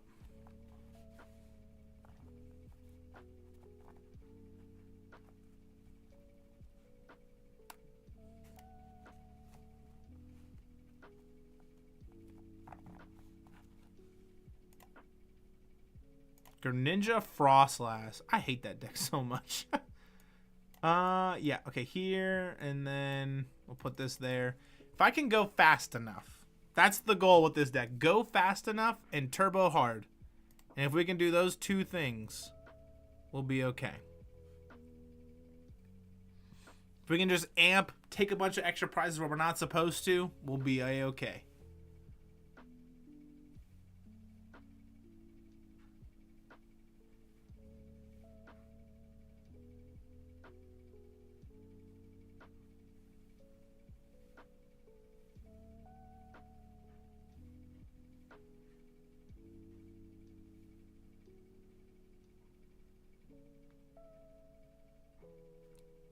If we just donk, we can just get there. Hold up. Okay. Ultra Ball, pitch these. We need Squawk. This is doable. Attach. Squawk and Seize. Nest Ball. Latias. Nest Ball. Ringer Ninja. Concealed cards. Generator. GG's. That's kind of crazy. So we hit 2 off that, and then we just free retreat with Latias, and then we arm press, take the knockout. Perfect. We like the quick dubs. The fast wins. The fast W's. Those are what we're here for. That's what everybody wants. That's it. I feel kind of bad. Our opponent did brick pretty hard, but sometimes that just happens. Sometimes that's the way it works. I've lost many games by just completely getting donked entirely, actually. I think I actually... Did I actually just start the stream? Hold up. I need to know if... I think this is what I started with. I think I literally started with 1,000... Like, I think that's what my rating was when I started. I'm not sure. I gotta check. Hold on. Because if it is, that's kind of crazy.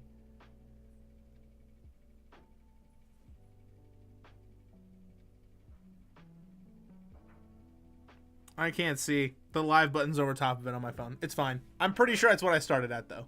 I'll be able to tell after, and if that's it, then that's crazy that we went up to go back down to go back to where we started. We'll take it. That's fine. That's fine by me. That's too crazy. But I really do want to thank everybody for being here. We had a lot of new people kind of pop in. They had like 3 or 4 follows on Twitch. We had Sansa donating all kinds of bits, which I really appreciate. We had all kinds of people popping in on YouTube. We had Jeremiah. We had Something Sinister, Hesher, Purple and Fox. We had Odessa, Chef Husky, Blake Bola. We had all kinds of people. There's all kinds of people popping in and chit-chatting, which I love to see. And I love it. Yeah, being able to kind of like dual stream on both Twitch and YouTube at the same time was pretty crazy. Kind of had both chats bumping at a lot of points, which was pretty fun. Yeah, and I actually don't know if you guys know this. I kind of talked about it earlier today, but I am part of a like creators tournament coming in. I think it's April 5th and 6th. Check out Chef Husky's channel. He kind of did like a whole upload about it.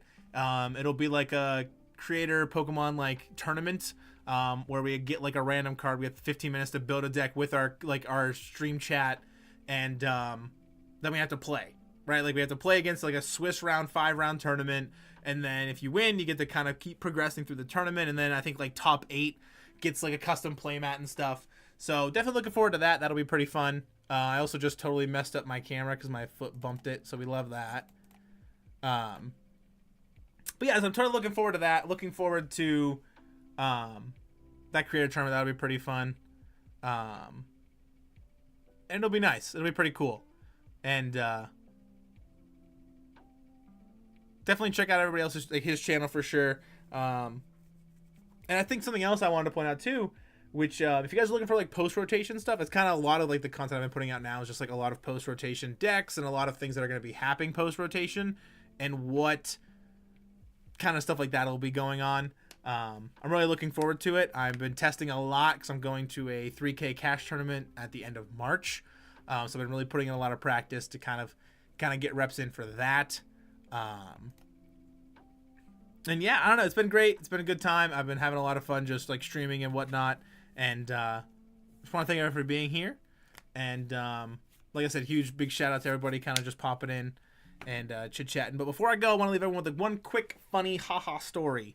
And it was the first time I ever got donked in the Pokemon trading card game. I was at a League Cup, and it was the first time I ever made top cut at a League Cup. And I'm playing against my best matchup, and I lose game 1 against my best matchup because they just kind of outplayed me. Game 2 I win, like kind of the way I'm supposed to, and then game 3 my I start Lone Sableye, attach, pass. You know, don't get anything, can't find any Nest Ball, Buddy-Buddy Poffin, can't find nothing. And then I draw next turn, and I draw into a dead card, can't find another bench Pokemon to, like, you know, another Pokemon to put on my bench.